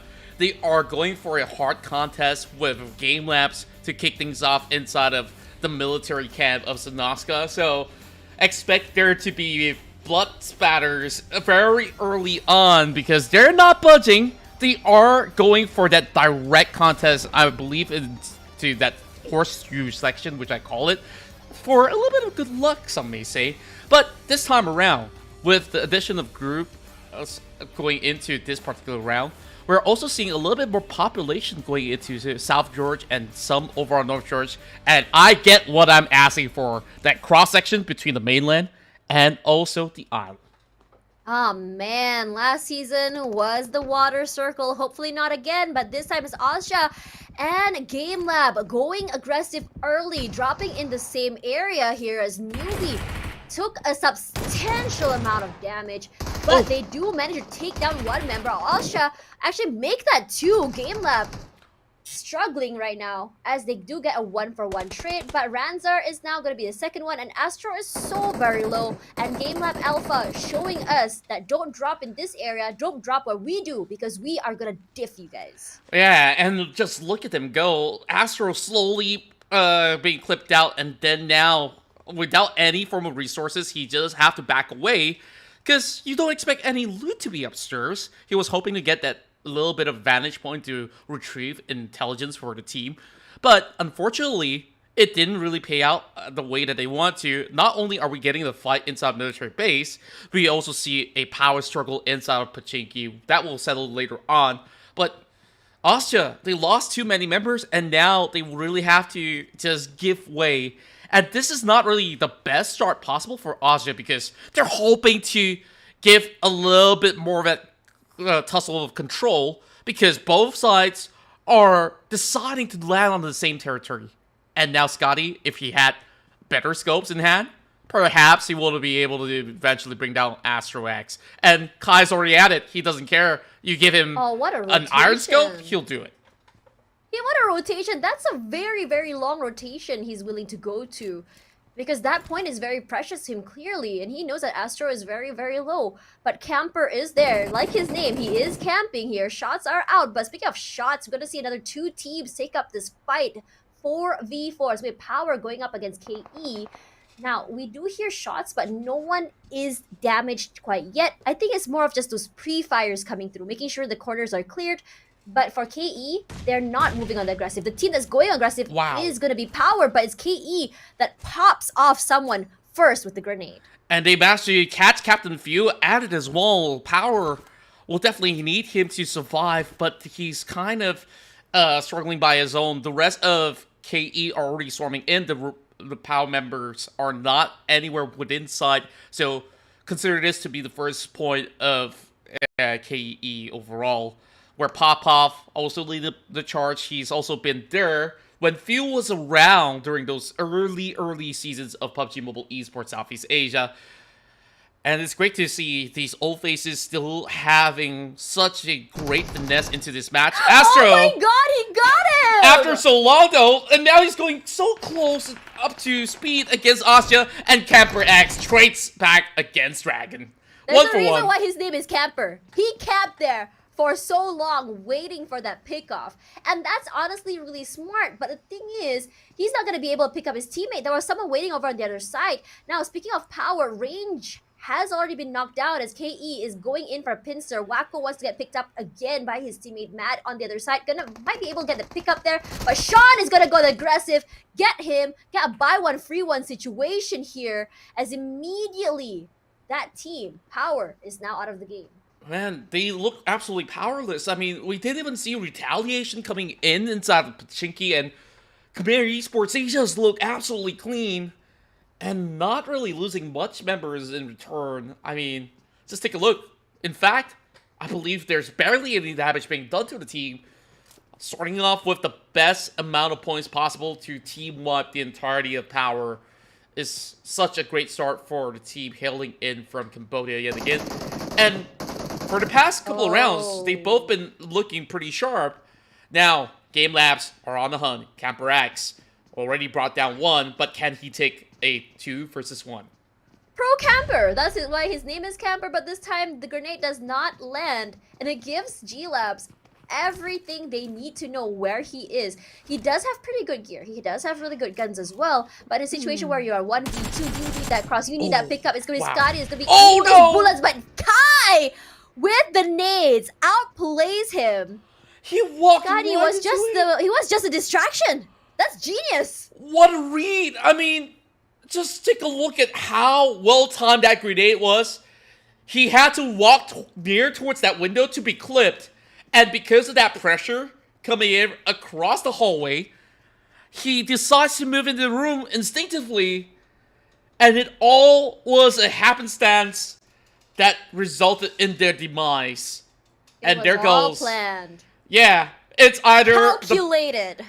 it's either 9,000 IQ play, or it's some irregular Weird coincidence. Some Mercury retrograde thing happening, right? You took the words right out of my mouth, Tash. Like, that was exactly what I wanted to say. Now, continue on. Everywhere else across the map is a little bit more quiet and peaceful, as the champions of the past Air Gold match are journeying their way right after looting off of South Georgia Pole, which seemed to be pretty clear. I was expecting a little bit more of a feisty fight happening around the containers because I saw two teams floating across that section.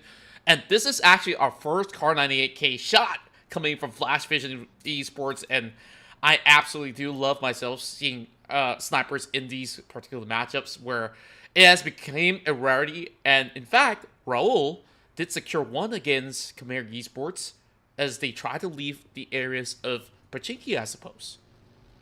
It's always very unfortunate when you're in the middle of that rotation, when you think you're home free, you're all looted up, and someone just taps you straight in the head and just takes you out of the game. Yeah. Absolutely hate it. That happens to me all the time. Just saying. But you know, when you look at Sonic here for TX, I feel like for the last 2 games that he's played, he has always been the first person to get knocked down. And we always see Heng come to his rescue to only get knocked, both of them get knocked down again. I think for this round in particular, TX wants to find a way how they can properly hold an area, how they don't get flanked from the backside, how they don't get caught off guard. Yeah, I believe that the team are looking for a little bit more of a secure way to at least enter stage 4. That's where most of the hustle and bustle will start to conjure across the map, right? And for the time being, at least we're also seeing other teams like Flash Vision Esports stick to their game plan. Play aggressively as you want. Flash Vision has already picked up one member of KE. Now they're looking upon the champions of the past round, the Yangon Galacticos, who have just arrived to the scene, which may not be the kind of fight that they really want to pick, especially being outnumbered at this instance. As the rest of Genesis Esports, they're currently segregating themselves with a 2-2 split, I do believe. Smile over on top region of the hills, having nothing in sight, but they have Nasty passing by. Axis Fighter have no clue about the situation.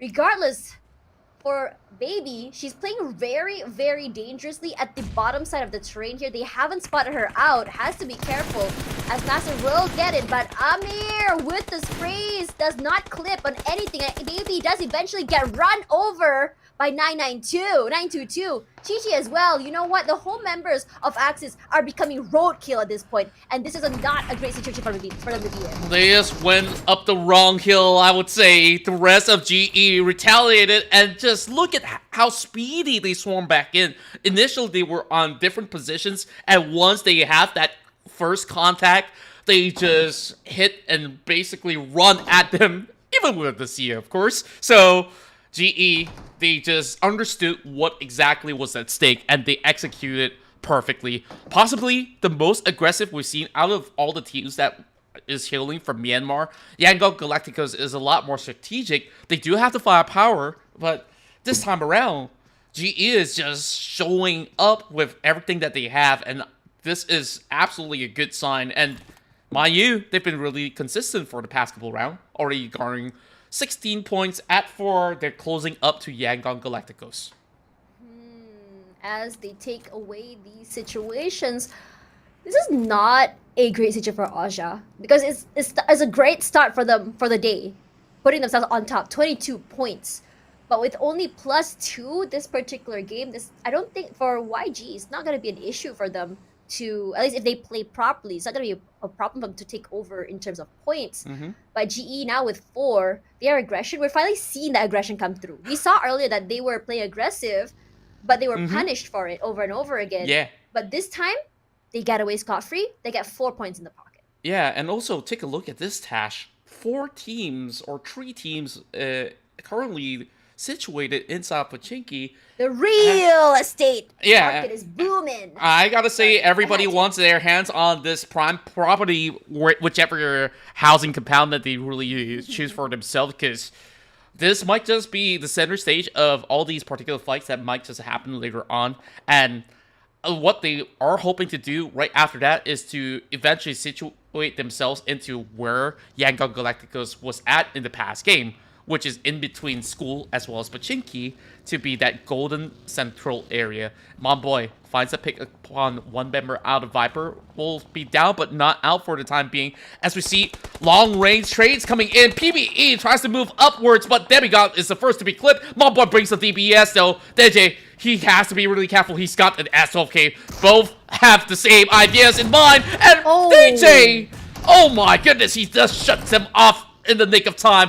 While the flanks are coming right in, Aramon tries to find something in return, and Rankit's getting tagged as well. Speed covering himself inside the smoke, while Spoogle tries to get away with a little bit more of a banger of a grenade being tossed at Rankit. He has to heal up, while more grenades being cooked up by the side of PBE. They can go in for the rescue. Here's Spoogle cooking it up. Wants to get those picks if possible, but it's gonna change his mind. Gonna pick up his teammate instead, but instead, Demigod, instead of getting those points in their pocket for Vipers, it's going to be GE that will be picking that up. They have been actively rotating, picking up kills at the same time. As for the other members of PPE, just going to get out of the way. 3 members still very much alive. It was a trade on trade for both these teams. But at the end of the day, if you think about it, it was GE that came out with the free point. That's true, and now these two are on the standstill, and they're about to crack things up in the open, and they caught. Here comes the barbecue. And Spoogle, he won't be able to survive. Spoogle! Oh my word! This is not the way to go out, and PBE absolutely understands how to take over this entirety of the section. They is the only one left, and what could he do but to hide? But he's running and gunning, trying to clip him with an S12K, but it will all end with a bang. What an interesting situation as we see Vipers knocked out by PBE. It felt like Vipers had it all going on well. They had the area held on. They had the whole play or the whole compound. And then GE got a pick, and it felt like, okay, that's great for PBE because GE is going to go aggressive on them, but GE didn't go through. And PBE, they reset really fast, came back, and got away with murder, basically. Yeah. I can't believe that happened. What a plot twist, right? Absolutely. I thought that members of the side of Viper would actually push downwards because they do have the angles on them. They weren't feeling as confident because they start to see their health bars are low, one member being knocked down, and they decided to fall back. Okay, guys, let's go for a reset. And then they choose to also segregate themselves, which I felt was disadvantages because you're giving them free range through the outskirts to have the know-how to just flush from different angles as well. And I think, like, that's where Vipers really have to understand what's at stake, right? The moment you give room, you will expect these pushes to come into effect. Yep, you don't give an inch at all because these players are exceptionally aggressive. Speaking of aggressive, we're seeing another head-to-head fight here between the 2 most aggressive teams, or rather the 2 teams I have my eyes on, which is GEM as well as Enigma. So in the previous round, we saw Enigma come up on top in this fight. But in that fight, Enigma was on the top side of this, not this particular terrain, but rather the top side of the hill. And this time for both teams, they know the presence of each other are there, and the aggression is stopped because they know when they want to play against each other, the team that goes aggressive will be punished. Now for KE, they want to make up for that 3rd place loss. Well, not loss. Is it lost placing, I would rather say. They want to come up on top this time. And we're not seeing a very aggressive KE, but a KE that's more prepared to take up space, hold on to the area, instead of just fighting out of their minds, which is honestly a very different approach to what we saw from GEM. Yeah, and all of the teams are also predicting very well into this matchup as it looks very similar as to the first games that we had. And there's just so little areas to be secured. The rest of DX are currently stuck on that lower compound, also being blinded by their own smokes, where the rest of the teams are slowly signaling their eyes onto that. Are FVE separated 2 by 2? Is that what's going on here? Yes, Exactly so, and I believe that this may not look advantageous at the moment, but they do have a lot of room to leverage on, because on these outskirts of Pachinki, this is more towards the western side where you don't expect to have more players to be around that church area, assumingly that they've already cleared it out, and now receiving a little bit more idea of where the other teams are currently situated. But the problem with this is that they can't exactly commit to any of these fights. For SK, we saw some pretty intense plays from them on round number 1, and it got quiet, but it's going to be Pav getting a pick onto a member of YG. So they're in trouble. They're struggling. Speaking of that, BGD as well. So these are very different fights happening at the same time from different areas. It starts off with a pick, and then it goes like this. How did it happen like this? Get it? Yeah. Sorry. Sounds like a lyric from a song, but anyways, the top was looking from the top of the compound, and they will be the one to pick off Flash Vision Esports, like you said, being on the outskirts and being separated from the rest of the team. This is not really the best position to be at for the team of Singapore, but I believe there's a way out, at least for Moxie. But he's gonna have to travel on foot. Doesn't seem like he does have any form of vehicle. H2O currently has the best room possible as they took over the stretch between Pachinki as well as school. Meanwhile, PBE, after clearing out Viper, they are still around the same location. They take control of the high hills.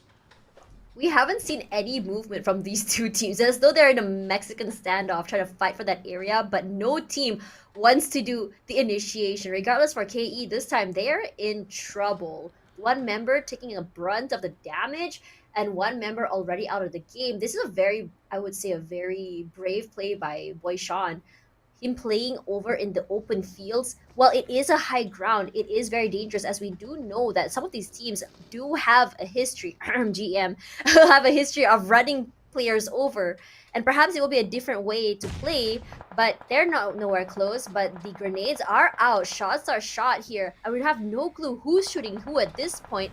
But for BGE, well, BG Edward, taking that damage from the car exploded, he has to slowly make his way into the circle and not get detected by any of these many teams around him. I'm just really curious that 2 rounds in a row, Burmese Goals decide to take on the open plains, and this time around, up close and personal is PBE flushing towards the rest of Anchor PUBG, pushing forward in towards the direction of the tree. They know that there's somebody out there. Rankit tries to suppress them, but they don't really have grenades to be cracked up just about yet, and now he does, trying to prime this perfectly, and they will find most of these members down. Power did get the exchange and brings Rankit down 1-for-1 for the time being, but it's not secured just about yet. The kid tries to see whether if he could find the opening against Monboy, who's currently still alive, and he does connect a little bit of damage. Now, this 1-versus-1 situation between the two of them may not be resorted just yet. He's opting to get the Dacia to sprint out there. So we look at YG instead. Pav is waiting for Sean to come up forward. They want to take the space, but Marnet wants to push up. He gambles with that grenade, throws it into the smoke. With no one in there, he's going to assume there's no one that side. So he can already assume that maybe Sean is behind that box instead. So he takes him out. So it's a very, very good read. Regardless, Flash Vision going to be taken out at 10th place. A very unfortunate situation for that team. We do see the potential from them, the aggression coming through, but they haven't been able to clinch just yet. But speaking of clinching it, it's going to be Arimon knocked out already, and Monboy picked up by a member of APG. 7 total eliminations being garnered by the rest of Justice Esports while they slowly sweep their way from the outskirts. Currently being sandwiched in between 2 teams, though. They have to pick their fights real quickly, whether if they want to go up against Anchor PUBG over on the far eastern sector. Instead, they pull back, and they are met with the rest of Enigma that's ready to gun them all down. And eventually, Master Ichi did manage to find a roadkill, knocking down Koopa with a drive-by on the close section of the play zone, and now they try to find themselves a little room to save themselves, but Atif clips them back as well. This is that situation where they really have to pick both fights at a time, and they don't really have the attention span, nor even time. Bless you.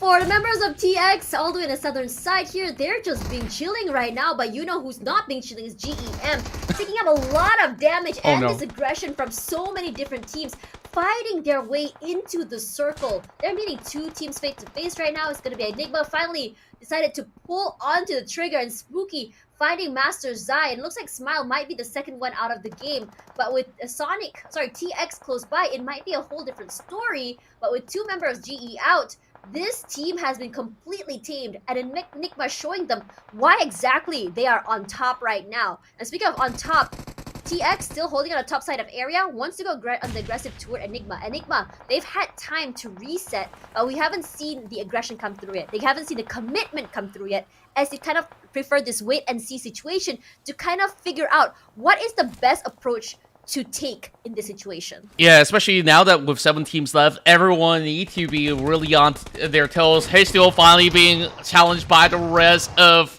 SKR, as this close quarter combat does not look all too good, as somebody's being burned up from the side of H2O. And Fred, he's looking for an angle, but none of them are going to be running out the open. They are moving into the compound, and H2O tries to put up a perfect defense, as they are the noisy neighbors of this current location, where it's the only few compounds left possible in this current circle. Stage 6 looking rowdy and ever, and there's more grenades flying from the top of the hills as well. H2O, they're gonna have a little bit of blast, but still not finding anything in return. GE will turn out short into 7th place. This is one of those situations where there's a huge festival happening and just fireworks in the middle of the night, and one of your neighbors just does not respect you and your space. And Sounds familiar. One of those situations. Yeah, I know.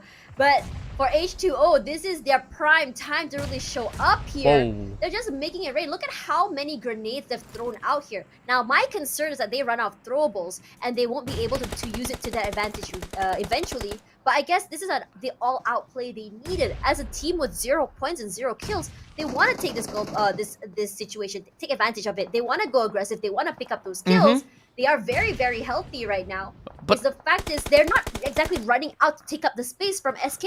But Tash, this isn't really the final fight yet, and they're basically using so much utility, and once they do burn out, if the circle does shift, I don't see any of these teams having the advantage. But if they do have the circle upon them, go ahead, commit all you want, because now you see both sides, they're running low on those resources. They have to stand still. They have to respect those room as well as privacy. No more fireworks past this hour of the time, I do believe.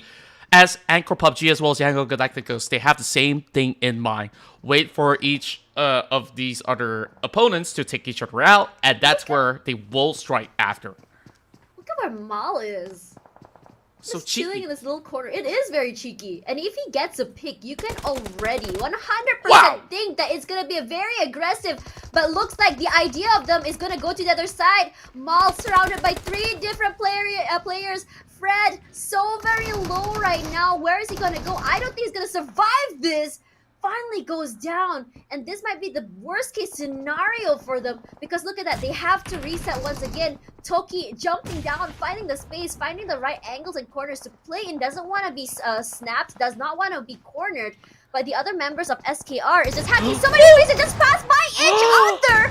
He still wins it, thankfully, with the better gun, but help is on the way. The sprays come through. He gets it again. Gets another. Oh my god, this 1 versus 1 isolation is so good. And look at where Not Yahiko is. He's so very low. He has to get the reset, but to bring out his teammates again, he's not in a position to do that. Now 2 versus 3, much more manageable, so Labo really has to heal up in time. He does have a med kit to get back to 100%, while they do have a little time to reset as well, coming from SKR, respecting the territory, respecting the ground game from up top, and that's where they hop right down below. H2O ready to strike. Labo cleans them up, and H2O turns it right back against SKR when they batter and bruise, and the Singaporean team will reign supreme to make their way into the top 5.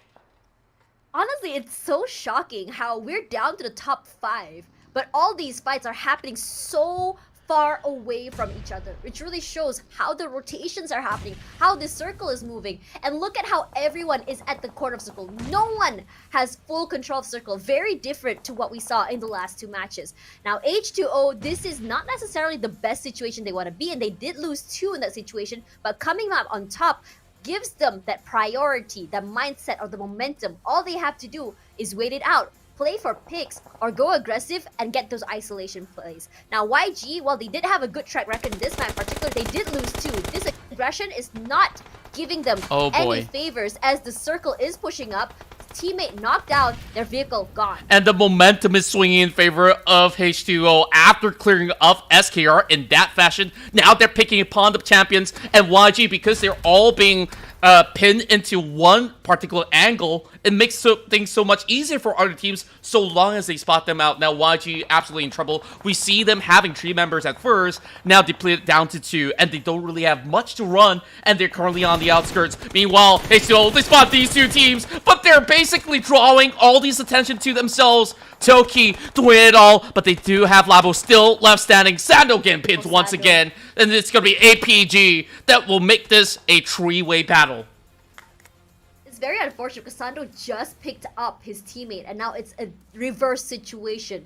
And they have nowhere to go. His teammates are around, but they're not able to actually do anything. But yes, Blue Zone is pushing through here. YG not able to take advantage of it. Sando goes down. His teammate is going to be next. Regardless of that, they are out. 5th place, not the worst place to be in. But look at the 2 teams who are absolutely healthy right now. It's APG and TX. Now look at Heng taking up that space. He is not scared. He is fearless, taking up space, going to the smokes, getting that pickup onto his teammates. But for H2O, perhaps getting that unwanted situation was not the best way because they are on the lower ground. They are getting pushed by the circle and they only have smokes to play with, and his teammate is gonna go down. APG is just spraying, praying, trying to get those points, trying to make up for lost time. But look at APG Shout, watching on the other side, making sure they're not getting flanked. And that's all that's left for H2O. Respectable top 4 finish. The best fight that we've seen throughout the course of Angle, and now it's all about the high ground game. TX finally unleashing upon both APG as well as Enigma, as they've already cleared out the rest of Enigma on the top 3 situation,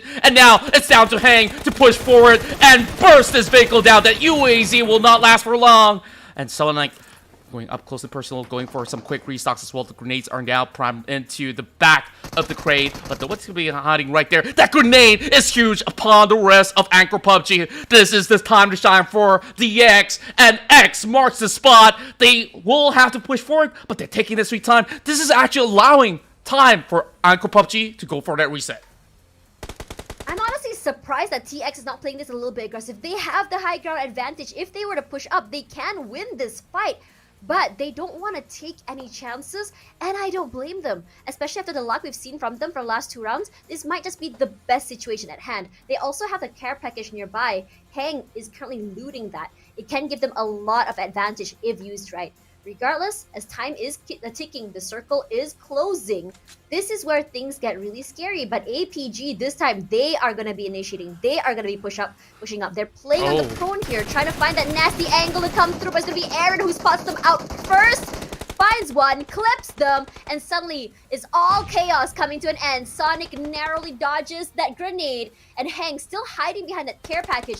If Hang can just swing out, get those sprays, he might be able to get a good spray transfer coming out here, but the other members of TX taking a lot of damage. They're just taking the spacing. They're taking 50% of the map, and DX, they're also stepping outside of the zone. They have to be really careful because right now, there's only so little spacing left for the side of Anchor PUBG. They still get the pick upon Hang to turn things around. 2 versus 3, and Anchor PUBG basically turns up the heat, and power finally being suppressed. They did spot Sonic, so they will have the final information left necessary. 2 versus 1, down to Sonic as well. It's all down to this. Can they actually pick him up in time? He's hiding right behind the UAZ to run for a little cover. Now they go in for a double attack. Can they actually get this chicken dinner in the back with this advantage in hand? Sonic will not have much time. He has to deal with the situation, and it will be pinned now. Anchor with the huge reversal to secure the winner chicken dinner. What a great situation from them, despite not having the high ground, playing on a terrain. They just waited patiently. Now, perhaps the mistake was in TX's hands. They were not proactive, they didn't want to push up, and they waited way too long. The right play would have been to push them while they were down, and perhaps we might see TX come out on top. Regardless, for this APG, while they have had a pretty, I would say unsuccessful run earlier, they're showing us that why they want to come up on top and why they are one of the more veteran teams here. The advantage, or rather the experience, is showing in that particular game. And Anchor PUBG, despite having last-minute roster swaps as well, not having Zero to be the captain on the respective team, they still find this success. And I think like this reversal was so huge because the X, they just decided to go in for a reset, which it's absolutely not necessary because all 4 members were left alive. They were taking 35% of the map, eventually became 50%, and I'm not too certain as to why they give that breathing room away. Sure, 1 member was knocked, but there was so little room. They should have known that was that perfect time to strike, and because they held back, Anchor PUBG, they just retaliated perfectly. Taking an advantage of a disadvantageous situation is one of the lovely things that we love to see here over at the PMPL SEA Wildcard Spring. And this is definitely going to go inside of the highlight reels. As we casters, we're going to just try and analyze this. The new players are going to analyze this, and they're going to say, this is something that we do not want to see in the future, because perhaps playing reactive might not be the play. And as we see, the MVP here is going to be Shroud. And are we honestly surprised? We've seen his performance last season, and we're seeing it in this season. Look at the amount of damage he has put out here, and barely any damage to himself. With a 42% team contribution, it really shows that not only is he pulling his weight, but he's also proactively going on aggressive, making space. And I was interviewing Zero before. He said Shroud is the Shroud of Angkor. Yeah, I mean, his name speaks for himself, right? Like, overall, he still has all these retaliative effort to be able to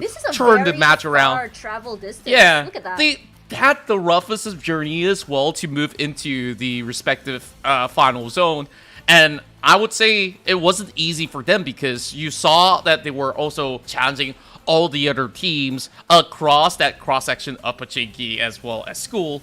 And look at how much of smokes they managed to utilize. 38 smokes, Tash. 38. Dang. It's actually insane when you think about it. It really shows how far they've traveled, right? Because of how much loot they have, how much resources they have.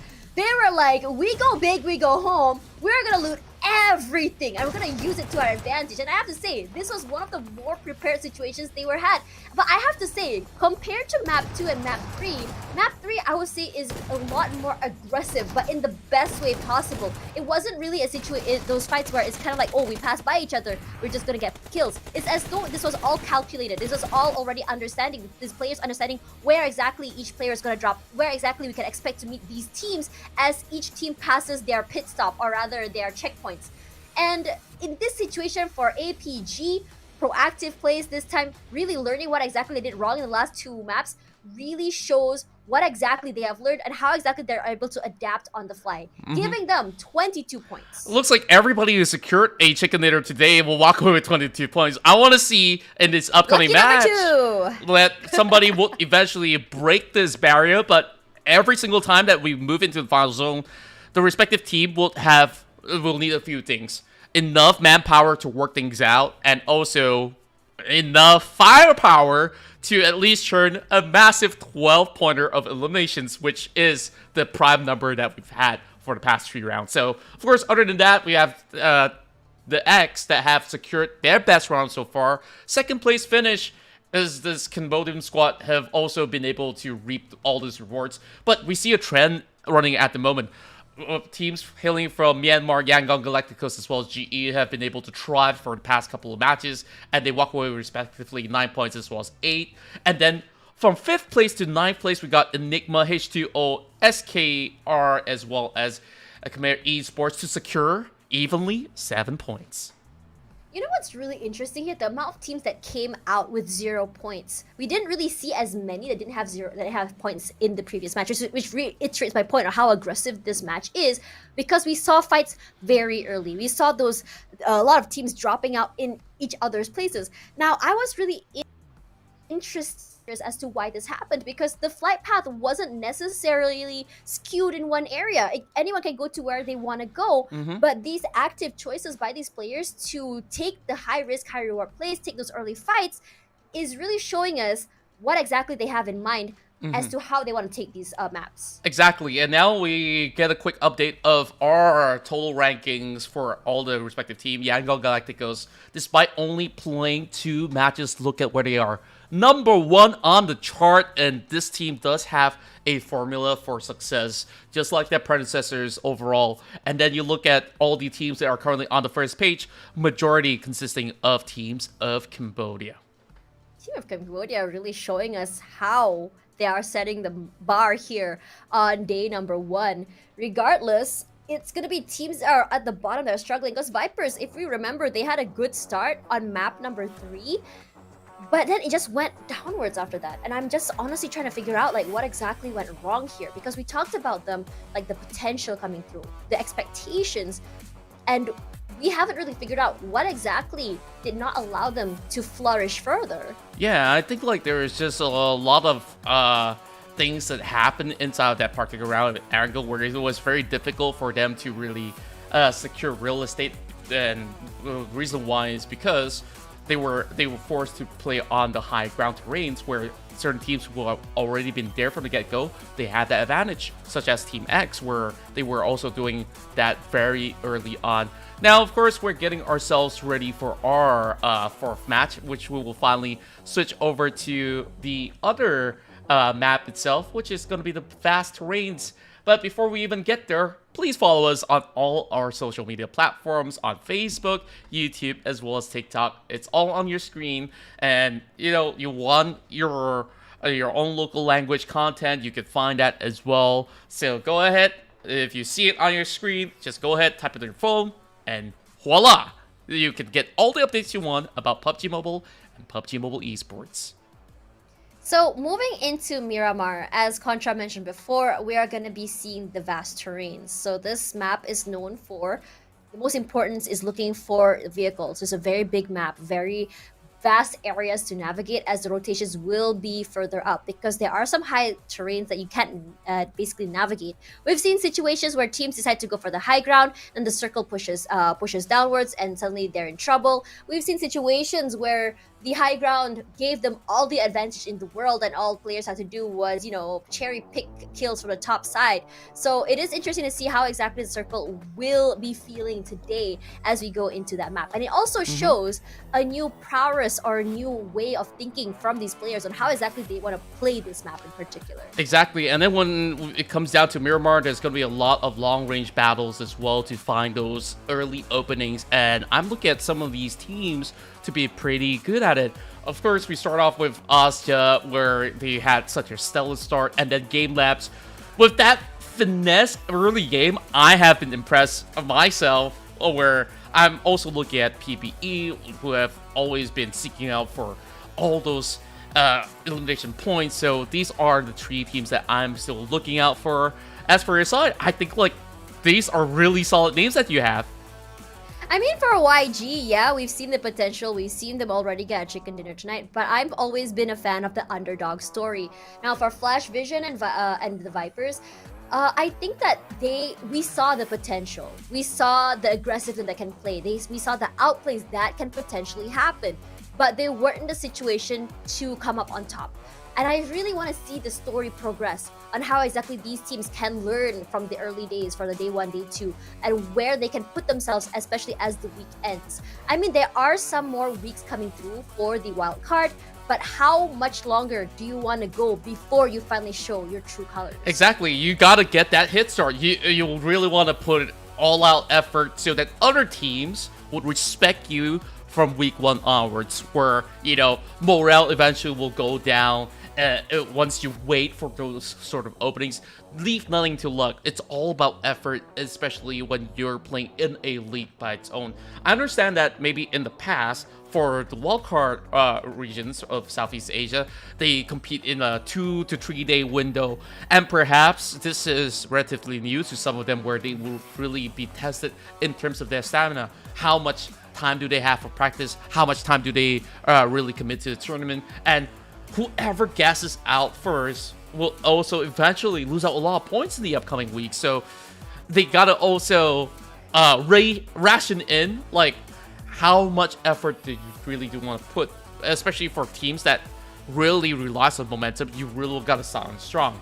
But for teams that are pretty much stable, like Yangon Galacticos, where you have a formula that works for yourself, repeat that formula, look for any cracks in between, and perhaps you will better yourself from that point onward. So many ways for teams to look at how they could assess some of all these situations, but I think like for now, at least we're getting a little bit of everything from everybody, don't you think? Yeah, I think everyone's really just showing what exactly they have to offer in terms of team play. And at the same time, we are also seeing new blood. And when it comes to new blood, I always talk about this in terms of like what to expect from new players and new teams. And in these kind of situations for Wildcard, yes, they are new blood, and we can't really expect too much because seasoned players have a different experience, a different sort of mindset when it comes to playing these games competitively compared to the newer players. So I think like one of the most important things is just to keep competing and understanding and learning as you go around there, which is why like teams like Axis Fighting is also Axis Fighter is also something that I am looking forward to seeing, because fresh new blood, fresh new team. If I'm not mistaken, the roster was only just announced recently, and they have a lot of shoes to fill, especially as they come from, quite a legendary team that's made their mark in the PUBG mobile scene. Yeah, I believe that at least for Axis Fighter, they've been around for a couple of seasons already, though they may have not made their debut during then, supposedly, PMPL SEA. Now, of course, they're facing off against very unfamiliar opponents where, if you're talking about scrims, maybe they only have a couple of months to prepare, not as long as compared to back then where you know who exactly you're going up against.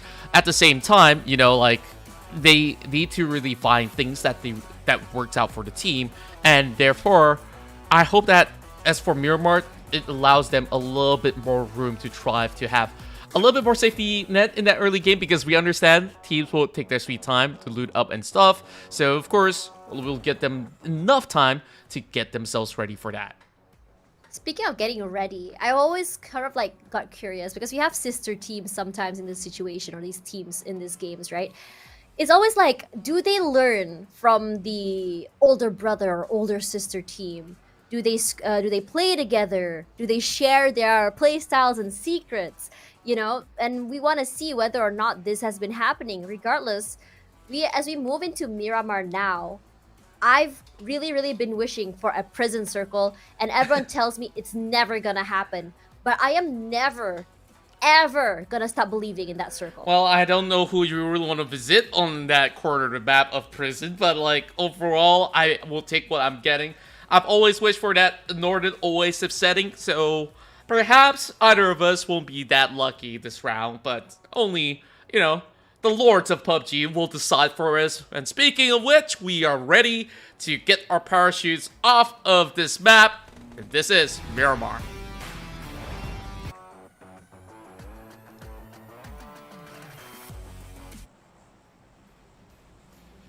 Miramar. Good to be back. My favorite part about this map, the long range kills. I always look forward to see who gets the longest kills, who gets the high ground advantage. But now, as we go, the flight path will be coming from Impala all the way to La Drillera. Those who drop over at La Cabrera, Torre Alhumada, Crucival, and as well as water treatment, etc., will be facing some trouble. Now, if we were to see how PMPL MYSG played, these players mostly would just walk up towards their respective drop spots and just choose to loot from there. But we are no longer in MYSG. We are no longer in PH itself. We are here in SEA Wildcard, where, as wild as it sounds, we cannot really predict what these players are thinking. And a lot of them we've seen play the aggressive game, play the very last resort situations. Desperate plays come through, and that is fun to watch. Indeed, and speaking of the Wild Wild West, this is the Wild Wild East section of a start from Impala all the way to La Driela that doesn't really offer much room for teams to actually play on that northern sector, but teams are still vying to get back to their respective hometowns, which means there may just be contests for vehicles, which might actually see majority of them actually fighting it all out just to get their hands on what's worth.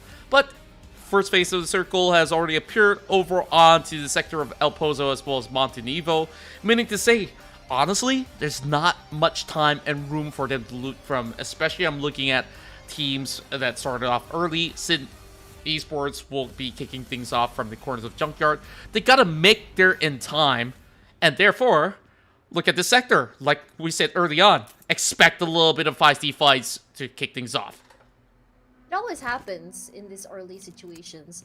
And if we saw the, I would say, momentum of the map earlier, it was action throughout the entire time. There wasn't really a cooldown period. But I'm wondering if it'll be different on this map. Because if you remember from previous seasons, it was going to be those early fights and then a huge cooldown until 5-6 minutes, and that's a different story. But it's going to be the kid that opens it up, finds Nasty, sends him to the lobby, no pickups, no takebacks, no refunds. Not at all, and Axis Fighter really picked on the wrong enemy to start off their match inside Myanmar. Anchor PUBG just got off of a 12th elimination spree inside of Erangel, and, you know, they're not even giving them any form of rest or laurels, and, well, that is all that they could possibly take for the time being, which, mind you, Shroud as well as Atif, they're up close and personal. It's all down to Baby to hold them all off. Not a great situation, but it's still a great pick. It's gonna be TF picked up here, the kid. Going for a very, very long rotation, but Baby finally goes down. She has been the one to get those picks. But this time around, it's gonna be Chi-Chi that will be trading her out there. Not the worst situation to be in. A 1-for-1 trade. And I think that's fair. But if you look at FOD right now, they lost 3 players already. And I'm really curious as to what happened there, because that is a huge loss very early. Yeah, Anchor PUBG suddenly have been overwhelmed. They were only using SMGs. And in terms of gear, you don't expect them to have as much as that warehouse can only provide. Good enough for one, I would say. They were sharing the same compound. And then this push upwards and that perfect elevated area that Baby was looking upon have definitely allowed these 2 picks to happen. And Anchor PUBG, I don't think they have much time to actually retrieve Atif. They will have to play with 2, and perhaps maybe a big wraparound would catch the rest of Axis Fighter off guard. So, as much as they didn't really have the best start for Axis Fighter, they managed to salvage the situation and turn things better. And it's already a really good sign for the team hailing from Singapore. Now, looking into some of the other regions as well, I believe it'll be a little bit quieter as compared to Jumatera. Oh, Baby. She got 1 more there. Great situation. It's 2. I'm sorry for cutting you off. No worries. Because I was just like really excited to see Axis just kind of like pull up, you know?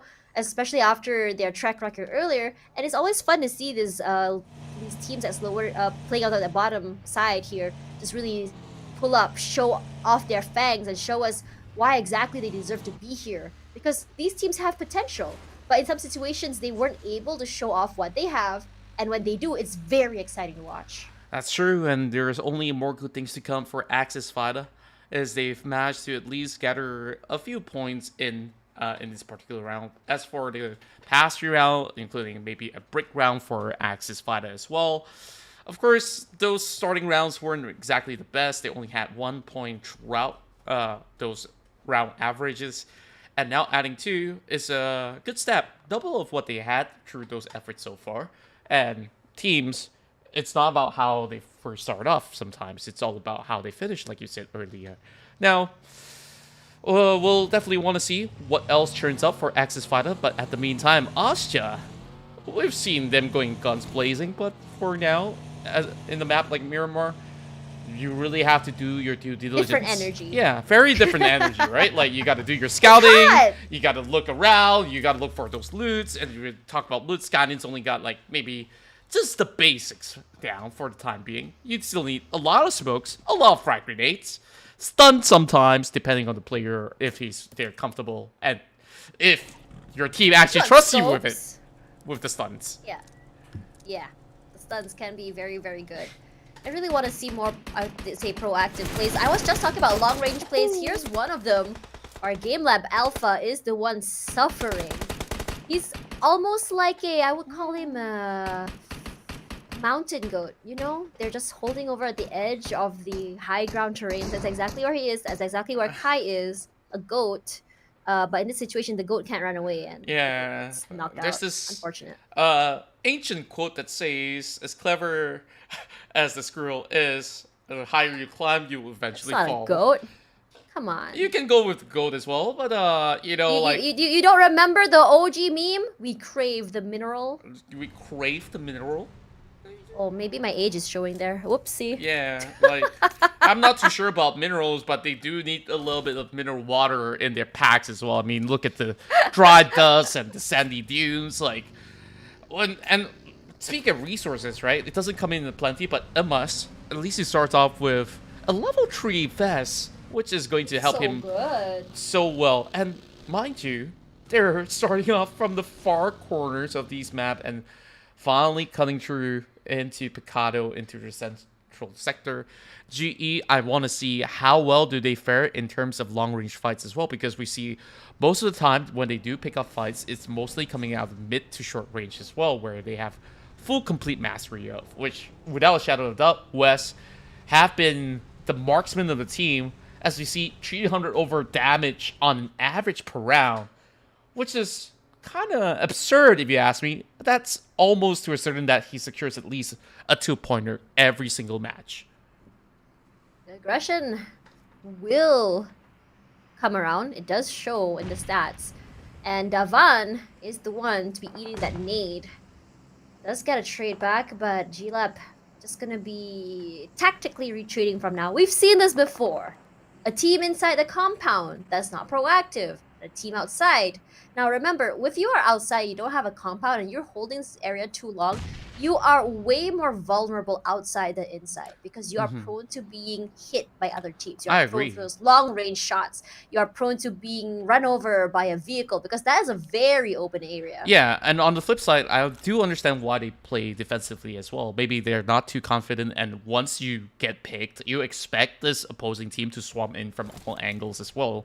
So, it is a difficult decision to make, but of course, we'd love to see a little bit more proactivity coming in from the team, respectively. Meanwhile, we see a little bit of a bird's eye vision across the map. Majority of teams are cutting across the sector of Power Grid. Expect to see a lot of fights throughout the hill. Meanwhile, Yangon Galacticos have a problem of their own as well.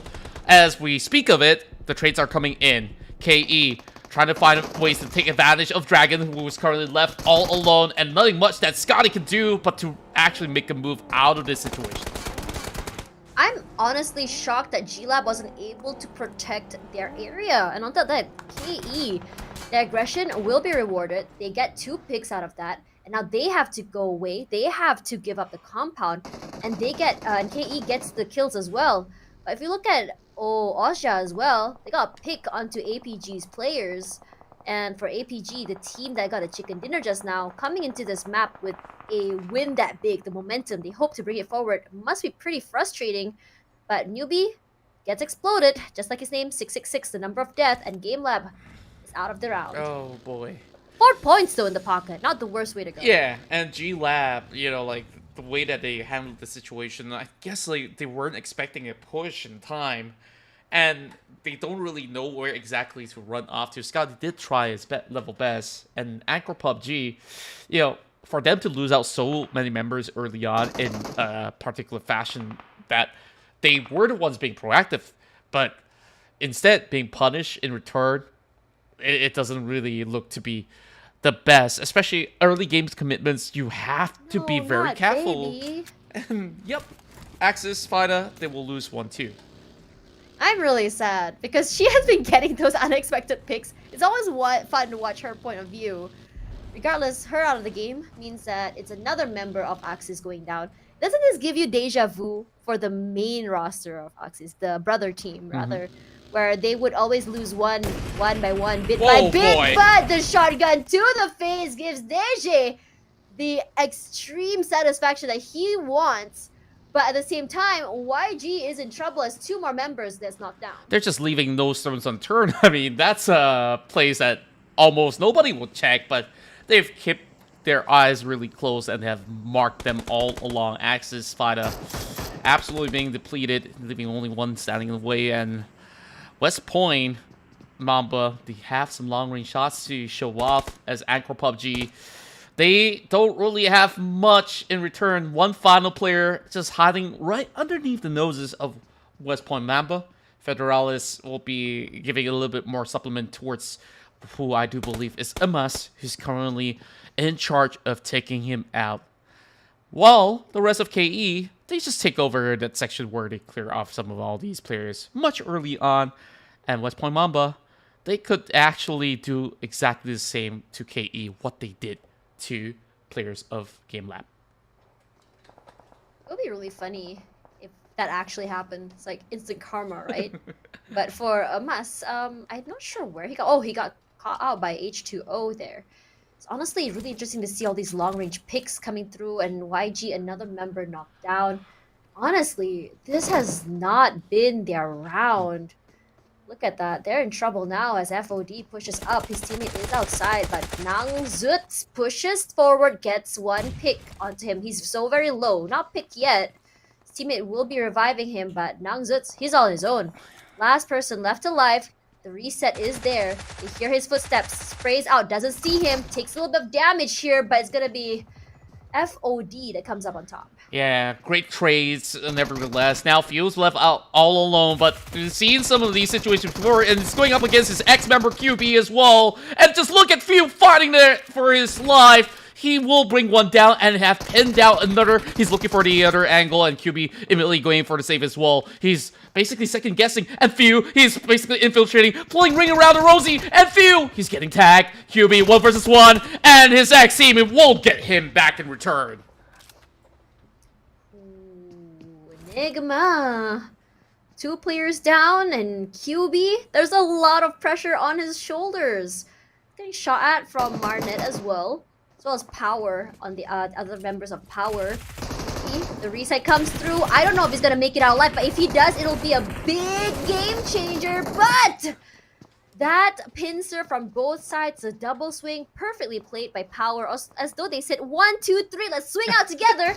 Nice. Yeah, and what's even nicer is he brought in the M249 in Myanmar, right? Like, the weapon with the most amount of recoil, but it doesn't matter, right? This guy, you just need to land one bullet. It's just like him sneezing on this giant piece of tissue. Like, he's never gonna miss.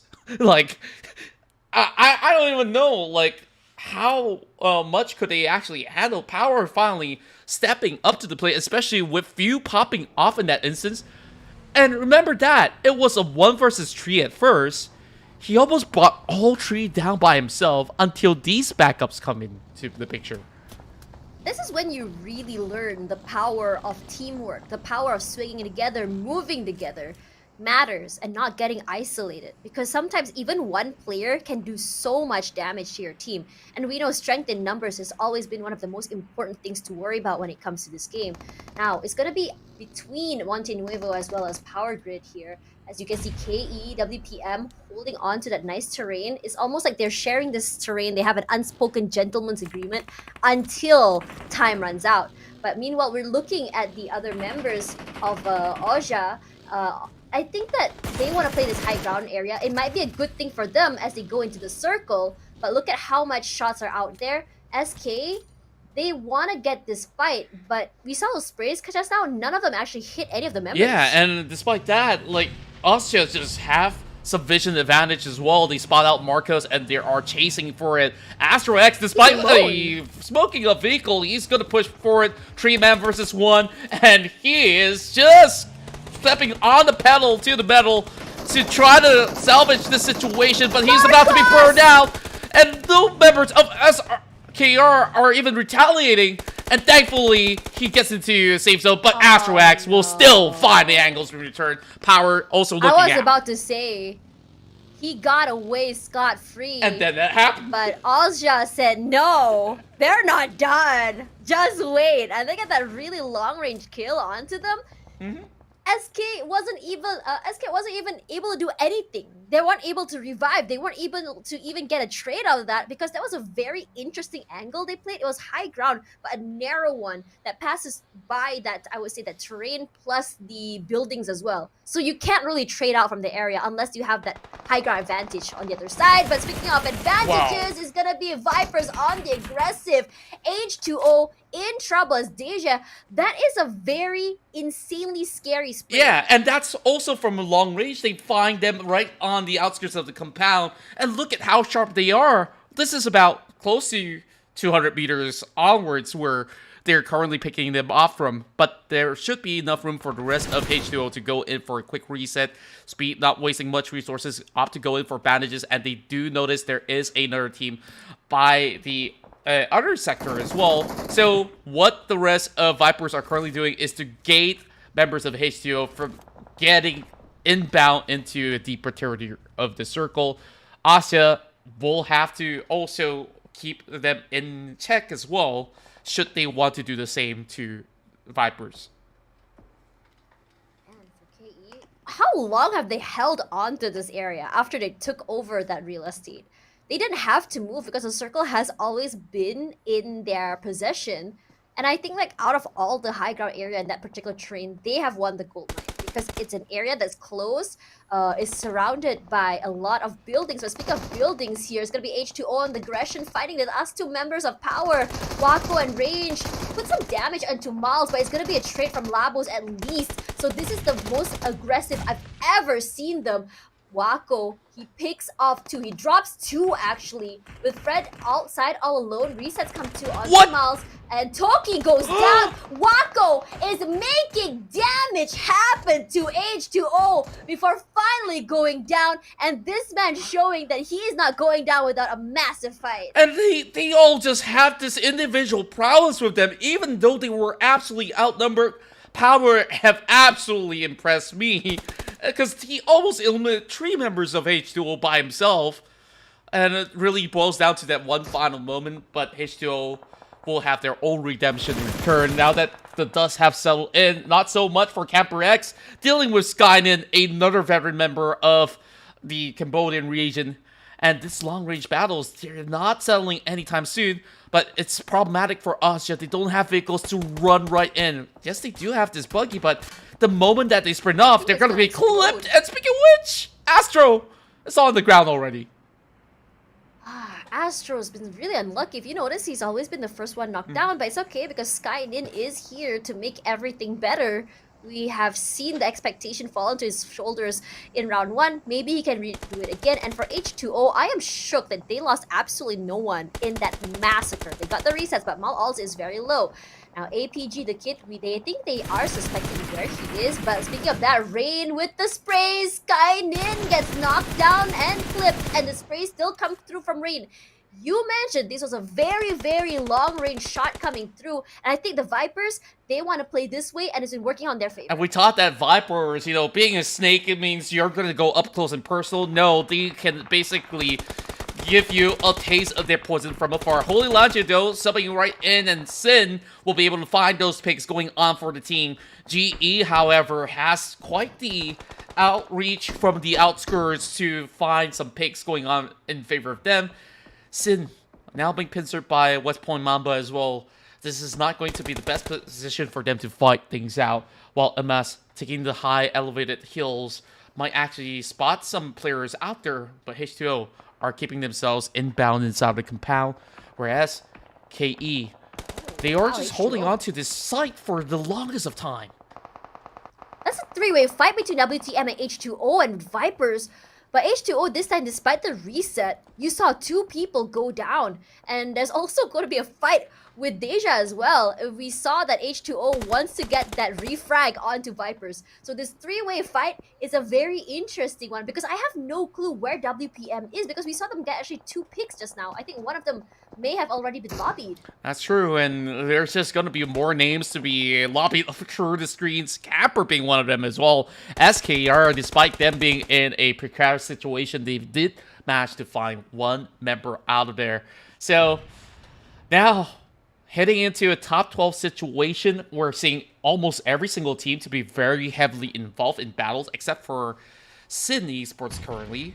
Despite having 4 members, they have yet to find themselves that first pointer in the back.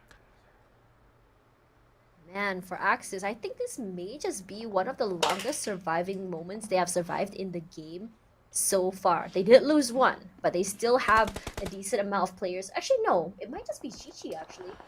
The other members may have already been picked off, but look at where YG are. There are 2 packages in their area. That's a big advantage. Yeah, if in doubt, follow the crates, and you might actually get the circle along as well. And just take a look at the position of Marnay. Like, he's on the outskirts. Eventually, he will find a little bit more window to cut right in. But he might also need to face off against the rest of GE. So that could prove to be a little problematic for YG, who currently has 3 members. Maybe losing 1 in return if they are not careful enough. The top gets in, finds Andrew. Falcon loses 1. Meanwhile, the rest of West Point Mamba have been able to hold out their own, and this might just actually be their round so long as they keep finding their optimal point of engagement. But for the time being, they only got that 1 pickoff, and things are slowly turning into a more dangerous state as stage 6 approaches. And for Sin, they got the advantage by, oh my god, FCon? Just dying to the play zone. They aren't able to get inside of the circle. 10th place with only 1 elimination point is not the ideal situation they want to go on at. Regardless, for Sin, you don't really want to butt heads with GE. We've seen how aggressive they can be and how fast they move in terms of whenever you get a pick, they rush forward, and before you can even blink, they're around you. But for the kid here from APG, he's stuck. Where are you gonna go? You cannot run behind because it's a flat area. H2O will see you. You can't climb up either. That terrain is not in your favor. Yeah, and looking at H2O, they do have the circleless advantage, so I feel like if it does sway in their favor, they might actually have another great round. If it doesn't, they do have a little bit more open window to run, but there is West Point Mamba over on the top side of the hill. And speaking of which, West Point Mamba does find the final member of APG, eliminates them on 9th place, and Pop, my goodness, finds a moving vehicle and snaps it directly to the head, and he gets another one, almost getting Lanju, but because of the tension that he's drawn out, Federalis will pin him down. This is a very scary situation, but GE on the aggressive, KE as well at the same time, but it's going to be Sin that's in trouble. Sandwiched between 2 of the heavy-hitting teams right now. They are going to take so much damage. Moy going to be the first one down. There's still another, I believe, 2 players still very much alive, but it's going to be GE's problem. YG pushing forward. They want to take this fight onto H2O. H2O chill as a... I can't find something that rhymes with it. Chill as a cucumber, yes. They are not moving at all, but the damage is coming through. And perhaps the chilling isn't the way to go, as Vipers and YG have all their attention onto them. H2O drink it and probably just leg it out of there, as Fredals will be the first one to be knocked down. Boy, oh boy, look at the intensity of the situation. Majority of the teams really don't want to give too much vital information, whereas KE, despite them being in the slum area for the longest of time, they do find a little bit more of a window to eventually move in. Sin absolutely dodged that fight, but if they are not careful, the rest of KE can basically strike them down as they start to rotate into the circle. As for H2O, they have that direct access from the south side, despite them being so far away. So with that region cleared off, all they have to look out is those long-range shots coming from West Point Mamba. And for Vipers, they're just trying to sneak their way through. So I don't see any teams that have clear advantages in this regard, especially even for GE.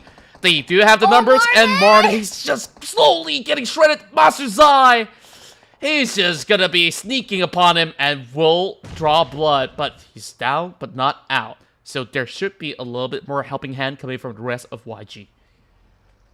GE, if you remember Master Zai, that is a very, very long flank rather. They were trying to sandwich, but the commitment coming through, the fact that it's on a lower terrain is very scary. Master Zai has already repositioned once again, but the sandwich round 2 for YG, not the best situation to be in. The top will be the first one knocked down. He does have some cover, but getting the reset will be the problem. As Mare finally goes down, and Cut Top does get blown to smithereens as Master Zai gets YG, and it's gonna be our top 5 now. Still securing a little bit of ranking points overall. Didn't really seem like the best round for Yangon Galacticos, but the show goes on. Cambodia Esports leaving with only one player standing in the way. Same goes to Sin Esports as well, as they were trying to avoid the altercation against KE. And speaking of which, both teams with those low numbers eventually will slowly be wiped off. Sin still surviving, however, heading into the top 4. Smile drops a big grenade. And eventually Speed will be the one to be flipped off as well. West now trading right back. They do get those perfect vision. And I don't really see a reason why not to pick onto the rest of Vipers. They will make their way into the top 3. Oh, the Vipers just showing everyone what they're made of. Regardless, they are now out of the game. WPM, the aggressive team that we've seen again and again, this time wants to show why they want this chicken dinner and they want it really bad. As for GE, while they are aggressive, they are reaping what they sown. They have 2 players knocked down. They can go for the revive. And I think it's exactly what's going to happen. So for the members of WPM, perhaps the best time to push is now, but they have no information where the other members of GE are. So that's exactly what they're going to do. They're going to play the prone game, where they're going to be very sneaky, play on the other side. But West has been playing this nice terrain here to not only give information, but also catch them in the act of trying to sandwich them from the other side.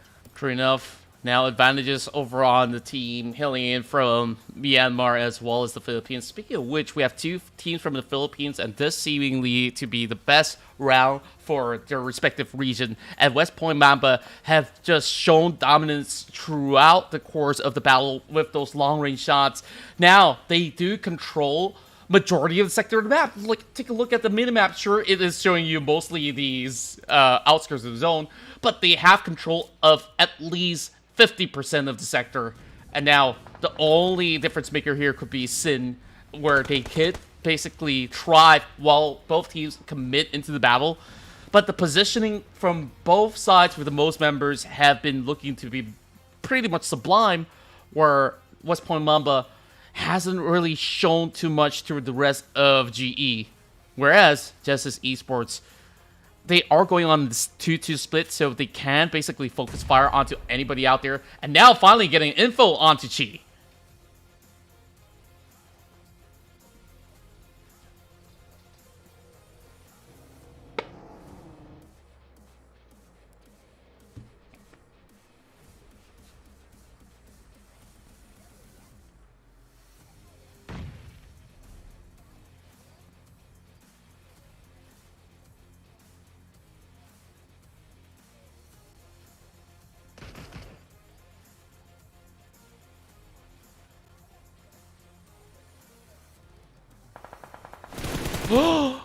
What?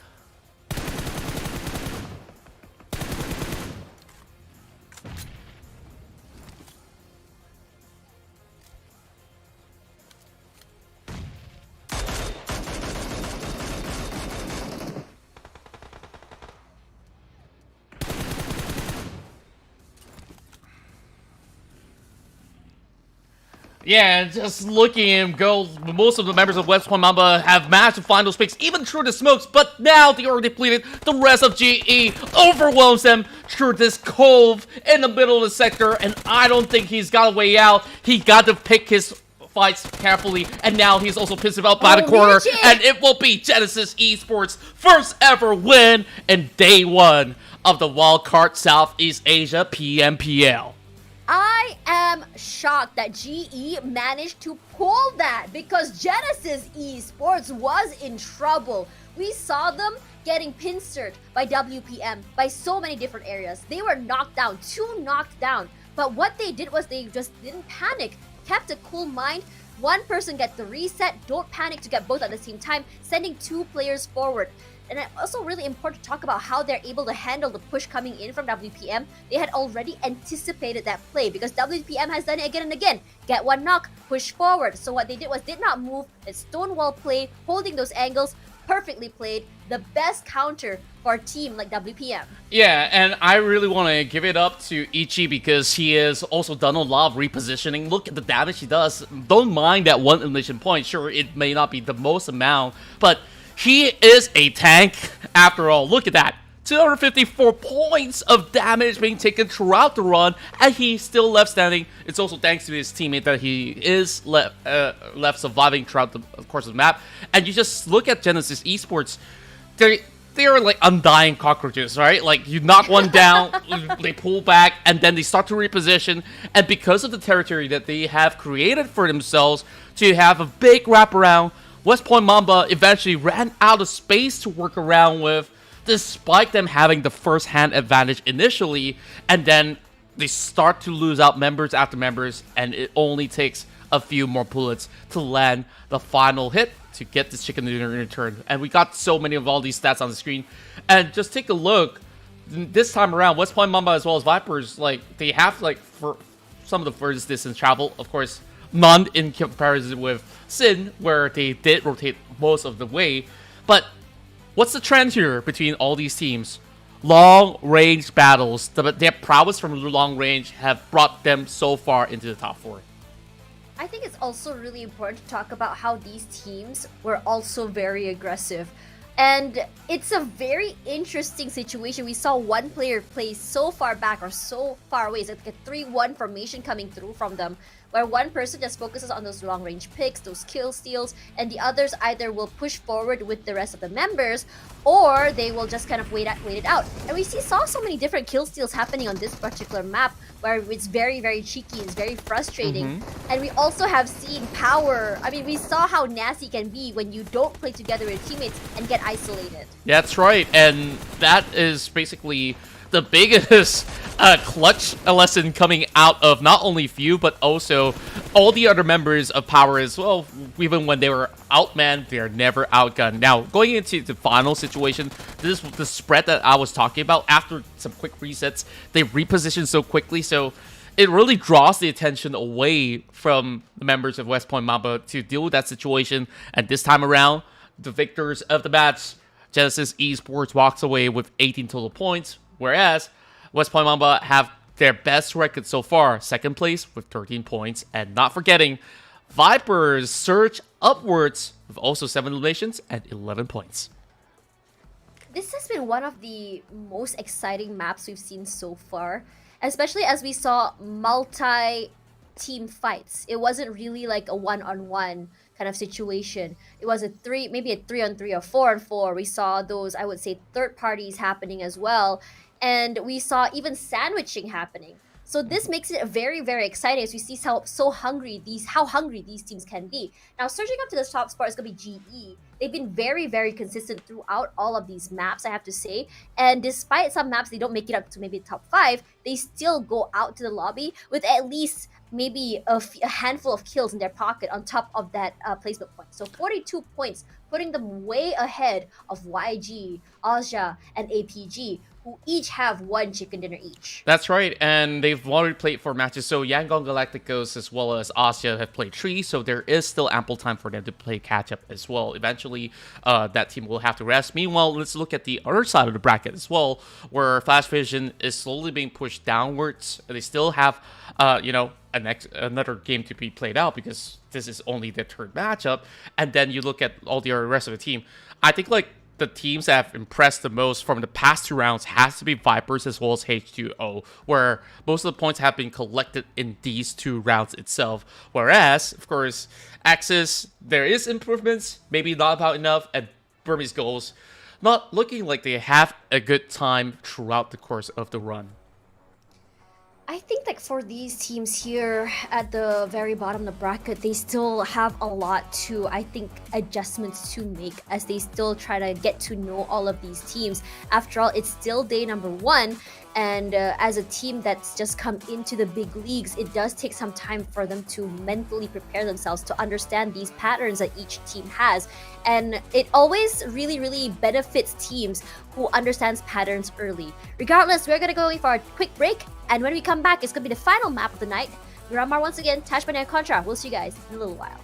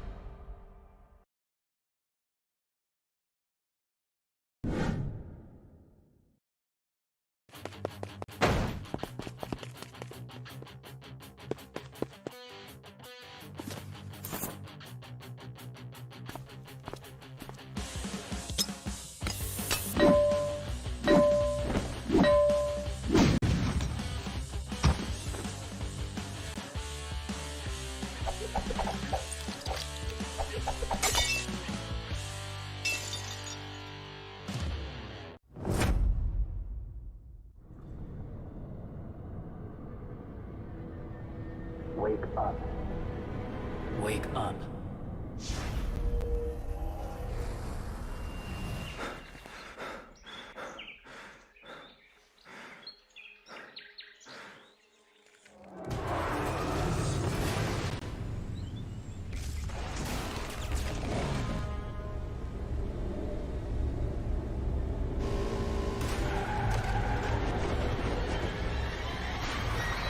You are stuck here.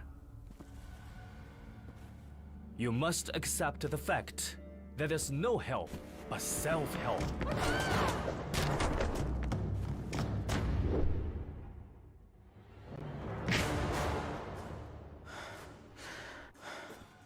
Come on, fight back.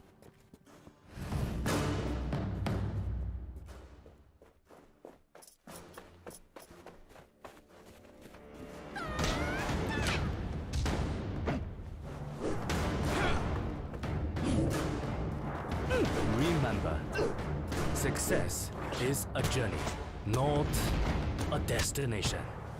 Have faith in your ability. You will do just fine.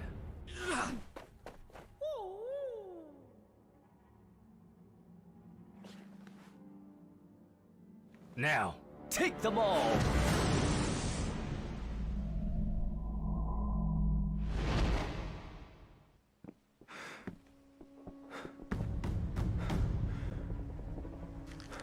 To know oneself is to study oneself in action with another person.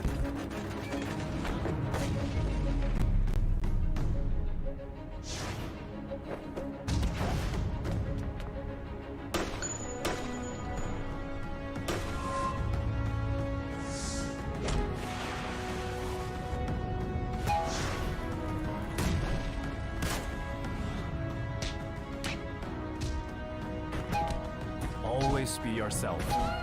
Express yourself. Have faith in yourself.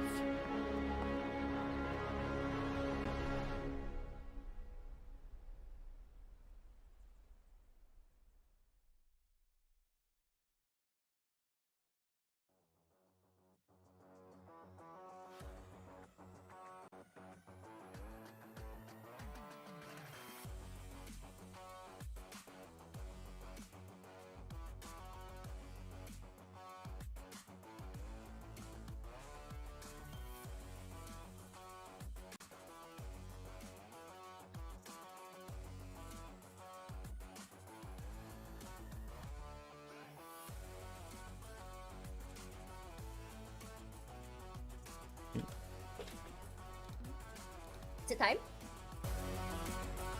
Welcome back once again to the PUBG Mobile Southeast Asia Wildcard Spring 2023. My name's Contra, and this is Tash Bunny, your casters for the entirety of the day. And as much as this being our final game of the evening, remember guys, there's a whole lot more going on for the entirety of the week, as we'll keep you up to speed with every team running for the top spot to see who makes it to the Southeast Asia Championship. And of course, once again, we'd like to remind you guys that there's a lot of cool stuff happening in your PUBG Mobile game itself. And you can check out the Neon's Assassin's Power. It's the new Power 4 series, available now. Man, I wonder how powerful you feel when you wear this particular set, because it is beautiful. Moving on, we also have other sets going on at the same time, and I really like to say these collaborations coming around, these beautiful sets. And speaking of that, it's going to be the Silver Guru set, giving a lot of Journey to the West vibes, Descendants of the Sun vibes, Sun Wukong's vibes. And instead of like those usual pulls, you get a gun, and I really liking the details on the gun as well. This whole set is one of the most iconic ultimate sets that you can get, and I feel like when you go into the game, will you feel better with a neon powerful one, or do you feel better with the Silver Guru? Honestly, I would like to be the Silver Guru. Like, just look at the guy with the white hair. You know, like, this guy is about to whip some kung fu moves at you. And speaking of moves, you know, we've got the brand new Royal Pass available now. It's Season 19, and you can get so many skins involved, from, you know, the entirety of the costume to so many weapon skins at the same time, including a helicopter skin. And not only that, we got the legend himself, Bruce Lee, kicking down doors and paving way for your chicken dinners, where you can have more faith in yourself with the martial Artist Master Bruce Lee to join in your particular matches?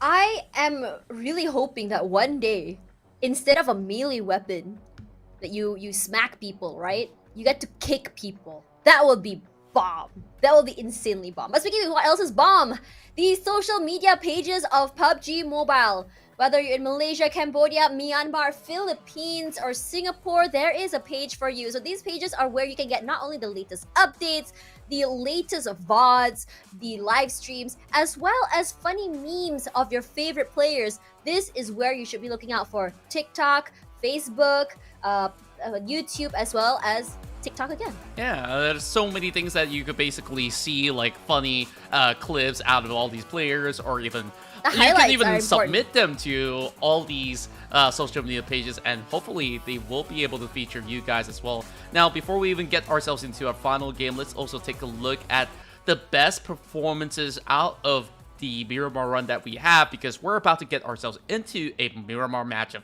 So, Are you surprised? Honestly asking you. am I Are surprised? you honestly surprised? I Yes. am actually, in fact, surprised in some of these teams' performances, especially from Viper bouncing back up so strongly to be able to secure a top 3 finish and eventually getting a lot of frags as well. As much as they don't have the chicken dinner, they look really good. So match 5, we'll see a couple of teams sitting out this time around. So this will involve Group A, B, D, as well as E. So Group C will be taking a rest for now. So, of course, this also opens up a little bit more room for a little bit more diversity, don't you think, Tash? Like, we've seen a lot of duels very early on. Perhaps they've started to understand, okay, maybe it's not the best to go guns blazing early and play for that late game, and then we'll see that helter-skelter fight.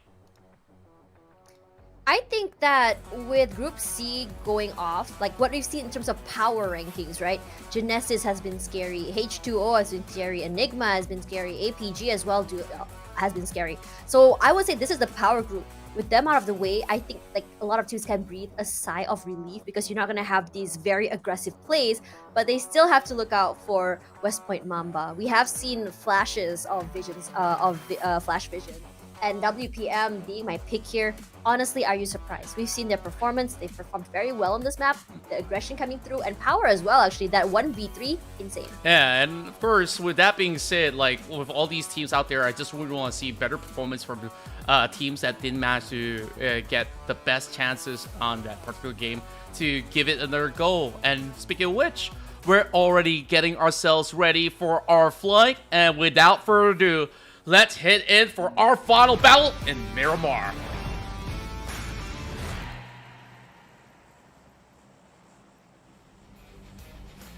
Okay, this is where things get interesting, because we've seen Asha, we've seen Viper's Clan, and SKRE. We've seen them show those flashes of power, but it gets cut off in the middle of their aggressive plays. Now, without Group C, I am really hoping to see a comeback, or rather the aggression, or a spike in terms of how they play, a performance spike from these 3 particular teams. But Yangon Galacticos also, we have to keep an eye on, because they've been pretty consistent throughout the day. Yes, they are, and I'm also looking at other teams like KE, who currently will be playing the matchup in particular, where I believe they've been able to secure just as much points to chase up against Yangon Galacticos. So this being the very final round, very crucial to set the standard straight to secure that first place finish on the podium. Now, this flight takes us through from the direct north point of the Oasis, as well as Torre Ahumada, into the uncharted territories of southern Los Leones. So I believe this also gives access to multiple teams into the largest region of the township of Los Leones. Therefore, Hermes Goals, as well as West Point Mamba, they're about to take shape into that respective city. Meanwhile, Flash Vision Esports is going to slowly float over to Impala, but this is deja vu all over again. But look into the situation inside of Picado, where you have KE challenging Axis Fighter, or should I say the other way around, Axis Fighter dropping into this city for the very first time. Baby's so very low. She got just clipped straight in the face. Chi-Chi is ready for that trade. No, she's not. She's in a whole other building. I just realized that. But in this situation, Baby, all on her own, it's a little bit hard because if she were to go up, the top is there.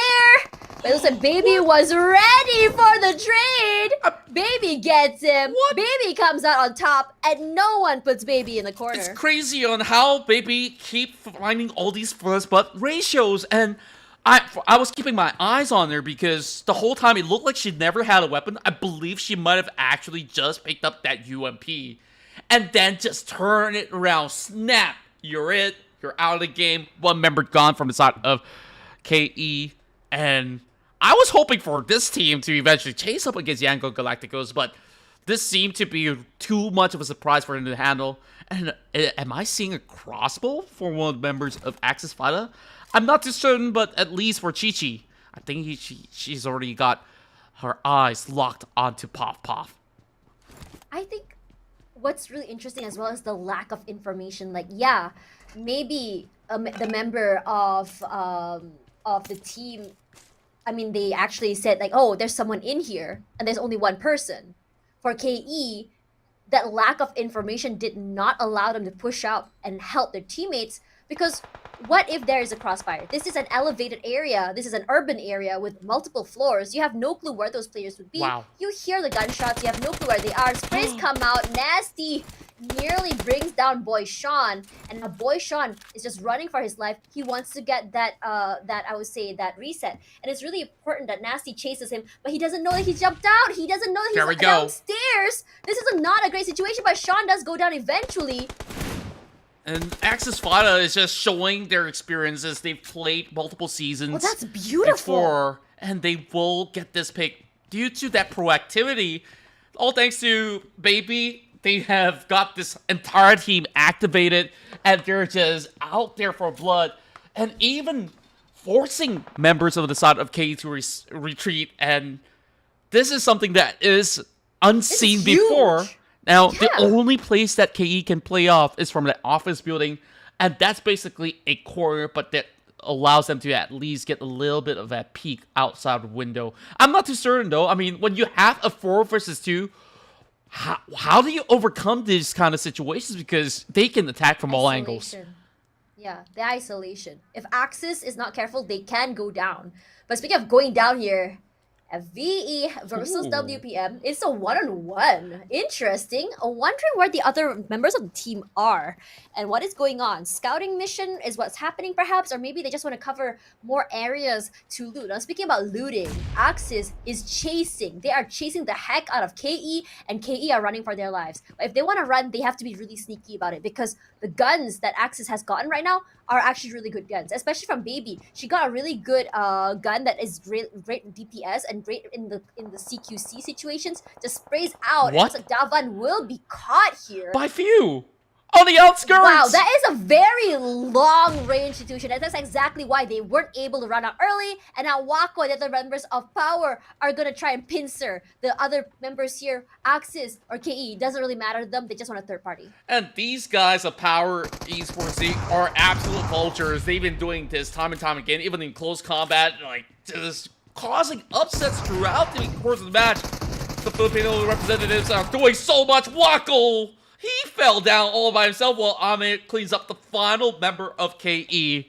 An unfortunate round for KE where they were just dropped by a surprise visitor. And Axis Fighter, this time, showing so much strength. The last round, they challenged Anchor PUBG. And Power, they're thinking, okay, now we got a situation. We got to save Wako. Maybe we should commit to this battle inside of the city.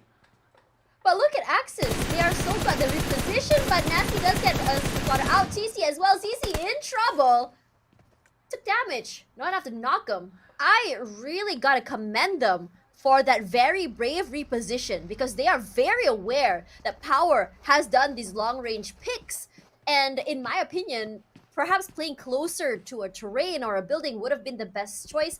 But I think they really needed to move fast before a push comes through from Power. Speaking of a push, for FV, we did see a 1v1 earlier between WPM and FV. Nothing quite yet happened. If you look at that, Amas has a little bit of damage as well as Migs, but like, honestly, can be disregarded. Perhaps they did run into each other, they did have a small little skirmish, but ended up running for their lives, weren't exactly, I would say, committed to these fights. And speaking of commit, it's going to be Axis again committed to another team. Well, Power just positions from the big wraparound, cutting through the motel grounds into the back of the apartment. They will be met with Nasty, though. He's trying to be on the lookout. Baby should be very wary of the situation. Wacko is the only one left inside the motel. Now, 3 members in, taking over the stadium. This is where they bring strength of numbers, and perhaps that could also surprise Axis Fighter. And Wacko will join in much later on. So 2 versus 3. Still doable for the rest of Axis Fighter, but there's no peak angles for the rest of Power at the time being, as majority of the members of Axis, they're just very well protected throughout all these 4 corners of the wall, and the rest of Power will have to wait and see. I think that for Power, their power has always been these picks from long range, stealing points, but this time around, Few is deciding that enough of the long-range fights, let's settle this mano a mano. Let's meet you guys inside of the building itself. With Few leading the charge, it's up to Few to get that first pick, and then we'll see a power spike from the other members of Power as they push through. But with Axis playing on the top side here, it might just be a different story, but Axis playing kind of far away from each other. It's kind of hard to be able to trade. Yeah, and remember what happened to Enigma when you don't really have the numbers advantage against this particular team. Power will overwhelm them in return, and this is what they're trying to do. They're playing very proactively, they're charging in room after room, and now they finally commit into the battle where we see Wacko bring that DBS to take out Nasty. It doesn't matter how much experience you have in M1 SGPH back then, we are still here to dominate as the champions of the Philippines. Now, continuing on, we did see a glimpse of that mini-map, and it will cause teams to start to make a move across the section, but we will still fixate onto this battle. Now, Axis loses 1. It is now a 3 versus 4 fight, which Axis Fighter decides to keep up with the standstill that they have. I'm still not very convinced by Axis's positioning here. They're way too far apart. Pick potentials are high, no trade potential, and because they're isolated from one another, they're not able to play together. It's not like what Power is doing, where they have the system of maybe 2 or 3 people playing together, or they would move into one building together. But speaking of newbie, that is a very long range, I would say, tap, enough to put in the damage, but not enough to get the pick. And Chanlon nearly goes down because of that. Yeah, using the M16, I mean, it is a vital weapon to go in for long-range taps as well, but it will definitely take a couple more bullets to be able to land the mark. But AZ will immediately go in for a 1 versus 2, will be the first one to bow out with another DPS, put it directly to the head. And Falcon creates back, drops that grenade, secures the kill, and that's where the rest of Falcon swarms in like eagles, hawks, and every other bird of prey that will eventually land the mark. But slowly but surely, Joseph does enough damage, but Goblin is there to loot him up. Not just loot him up, they barbecued him to death there. Not a great situation. I mean, I know it's dinner time, but come on, guys. It's gonna be Nangzuts pushing up forward here. They want to take this fight. They want all of the points. And you can see a nice little surround happening here as Goblin does pop up some damage onto John, but not enough to take them out. It's gonna be a surprise shot coming through, as we are going to be seeing them getting lobbied. Not the greatest situation, but you got to give it to FOD. Very, very nice surround situation happening as they surround them from all different angles. 5 of Danger really bringing something unexpected. On the high ground territory, you're seeing both teams actually commit into a close range battle. And then it was also due to that recommitment of FOD that resulted in them securing all 4 of these points, as they had just sheer confidence to really take them on. This time around, a little bit more on the long-range situation for PBE as well as Sin. Sin did manage to secure themselves a top 4 finish, while PBE is still looking for their own. They're not particularly interested in this fight because there is a further journey for them to retrieve a more significant area of play. Game Lab already on the spine of the hill, so they should be able to have this great lookout point upon the teams that are about to enter this territory. And that would be pretty much final for them, but Axis Sparta is still hunting! She got it! I love underdog stories. This is definitely one of them. The rise of Axis Sparta, very beautifully done. Moi in trouble, and it's gonna be very, very hard for them to get that revive. So like it or not, they're gonna have to spend some people to distract. It's gonna be Baby that's gonna be trying to get them out of the way. So she sprays, barely gets a damage in, she goes down. Not the greatest situation to be in, but her teammates are ready for the trade. CC goes down in the end. What the heck is happening over here? Because FV33K is putting in that damage. Teammates in the backside helping out here. No one is there to help out. Amir has to sit inside the blue zone, just spamming those heals, and eventually gonna go down. A great start for Axis, but can they survive this bloodbath? And it looks like maybe not, but Amir says, okay, that's fine. We may go down, but you know what? We'll get those kills. We have 5 eliminations already. Amir, another one! last player alive. He tries to get the damage, drops off. Oh my god! Gets 2! I can't believe it! Amir, the savior of the team! 7 points for them! Armin clutches it off! Axis Fighter stands a fighting chance! We were looking at him taking bandages. Doesn't matter, this fight goes on, and most of the members of the Yangon Galacticos are here to defend against the EX. But going back to that situation, I can't believe my eyes! He could have went out through the play zone, but he had that tenacity. The X is still challenging though, but it won't matter all too much. 2 members of Yangon against a fallen ally of the X. That should settle the dust. But my goodness, that was the biggest clutch we've seen this week itself. Oh man, I'm still speechless. I'm still speechless power. This is the multiple team fights that I have been talking about here. Range, cooking up that nade. Trying to get those multi-frags as Wacko comes from their side. Catching anyone trying to rotate. Finds one member, which is Ranger, stuck in that building, not able to meet up with teammates. Gets blown to smithereens. Unfortunate situation as FV down to 2 players left. They want to be able to win this fight, but against 3, it's going to be very, very difficult. Yeah, and there's just no backup coming in from the entirety of the team because that compound is so segregated from the rest. Ranger couldn't really even find angles to trade back. Nanks finds one, and this is where FOD recommits into another battle, and BG being absolutely deterred from getting this push done, and John slowly picks them off. FOD with a solid defense, and even with a wraparound, Burmese skill couldn't even find anything done. It's just a very unfortunate situation for them because this might just be their redemption match for day 1. And they're getting pincered, they're getting attacked from so many different areas. They weren't even able to get the trade. Here comes the teammate ready for the revive. But look at how fast the reset has happened for FOD. Immediately gets 2. Not 2, but 1. Takes the damage from 1 more. They do hear the shuffling coming from at least 1 more. Just trying to find a window here to play with. Spots him out. He might just eat that nade. Does not hit it. Thankfully, but the sprays come out, gets 1, nearly clips the other player. Gonna just quickly reposition, trades out with a teammate. Look at this not one, but I would say a tag team situation happening from FOD. I love to see this team play. And this tag team duo of death is just working it like magic. John has already got 6 limbs by his own, all thanks to the setup coming from Nanks.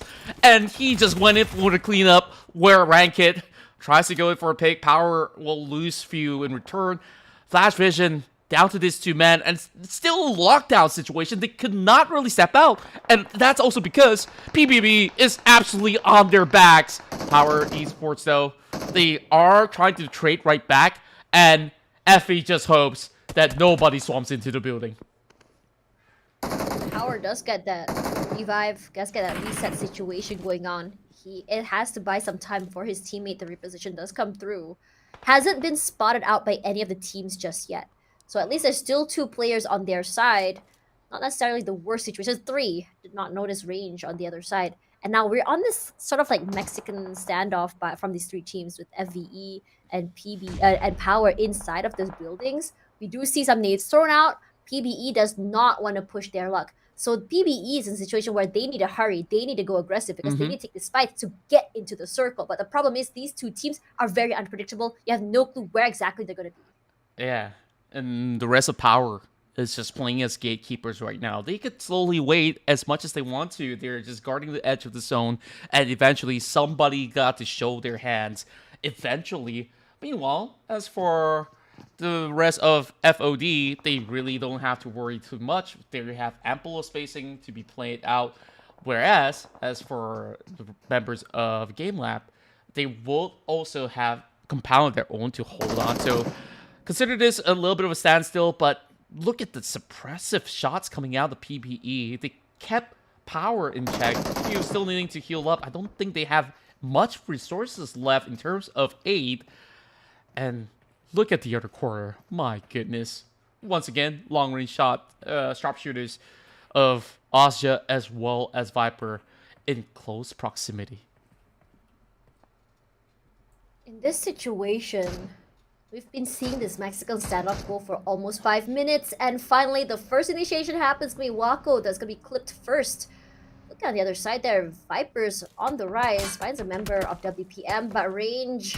We've seen Range really take this proactive role as the doctor, reviving his teammates over and over and over again. But the aggression comes through here, the push out happens, and PBE on a rampage finds the other members of the team, and it allows Power enough time to get that reset. This is the best case scenario for Power right now. Regardless, for PBE, wow, they are in danger. Demigod down, Raul goes down, Bonboy goes down, and it's just Arimon left, and he can't do anything. He pushes up, he gets shot at because this is not a nice terrain. It's not in his favor. And he's definitely being pressured to also make a move, but losing members one after another, this was not what PBA has in mind, and this is why gatekeeping is so effective. Also keep in mind, Power is still on the lookout. Raimon can easily be picked off if he moves any further. Chewy has ample of time to go in for the reset. All thanks to Raul with the initiatives to suppress the advancement of PBE. Now, window of opportunity for them to make a move, and Raimon is sure to shove them all the way back, and he wants to commit against Chewy. Yep, Chewy. We did see a Molotov out in his hand, but he changes that to a grenade, pops it off, finds the other member, but thankfully PBE was able to get that reset. Raul trying to find a situation where he can just run and gun this, but hasn't found the chance just yet. Throws out another nade. Chewy fighting and pushing through the smokes. Hard to see, but look at this crossfire from PBE. Not the most gracious situations for him to cross through, and I think he senses this danger. His spider senses are tingling. Oh, there we go. Raul going out for the hunt, but they have managed to heal up in time. So he is going to pull back. He knows that they are standing, and Chewy holding on to his own. Flash Vision Esports stands tall, and the chance is here for them to redeem themselves after rounds of upset. Monboy, the only one standing in the way, and they will find the angles and shred them to peace. Raul down to this situation where he will have to clutch it all off, respecting the territory, and Bonboy is out. PBE 10th place finish, being absolutely shunned around by the rest of Flash Vision. That's a very unexpected turn of events, because I was expecting FVE to be in trouble. They were down in numbers. They were sandwiched between two teams, but yet the situation turned around, and PBE is the one that went down. Chewy now in trouble, though. It doesn't really matter now. None of the shots are going to be hitting him. His teammate is still very, very much healthy, but for Chewy, it's going to be very hard for him. Stuck between enemy and the blue zone. I don't think even Raul can get him out of this, but oh my god, Raul, as I said that, gets picked off. Chewy is so very low. Chewy needs to survive here, and it is so, I'm at the edge of my seat. This is hard.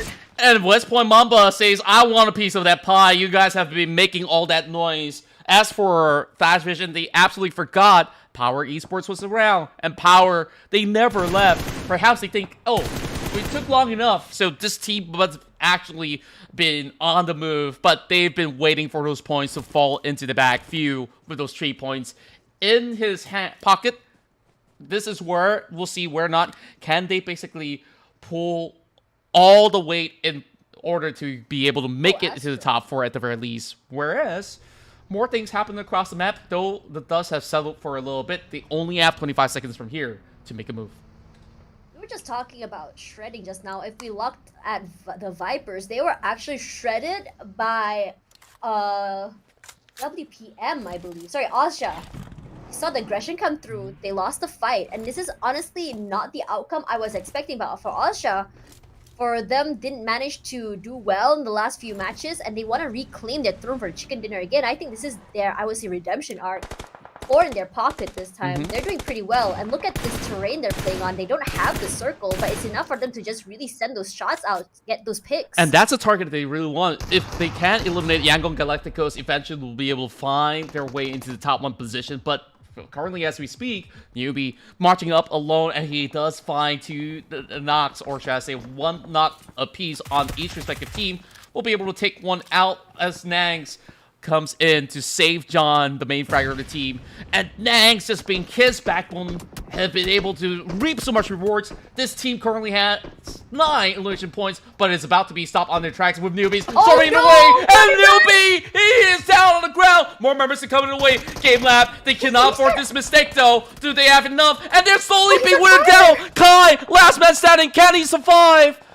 Oh my goodness. What a plot twist. It's been a plot twist on plot twist here, but we did see Amin get another kill just now. But this is a very interesting situation because FOD barely managed to get the reset. John! Still get it, and John blows up Scotty. What on earth is happening here?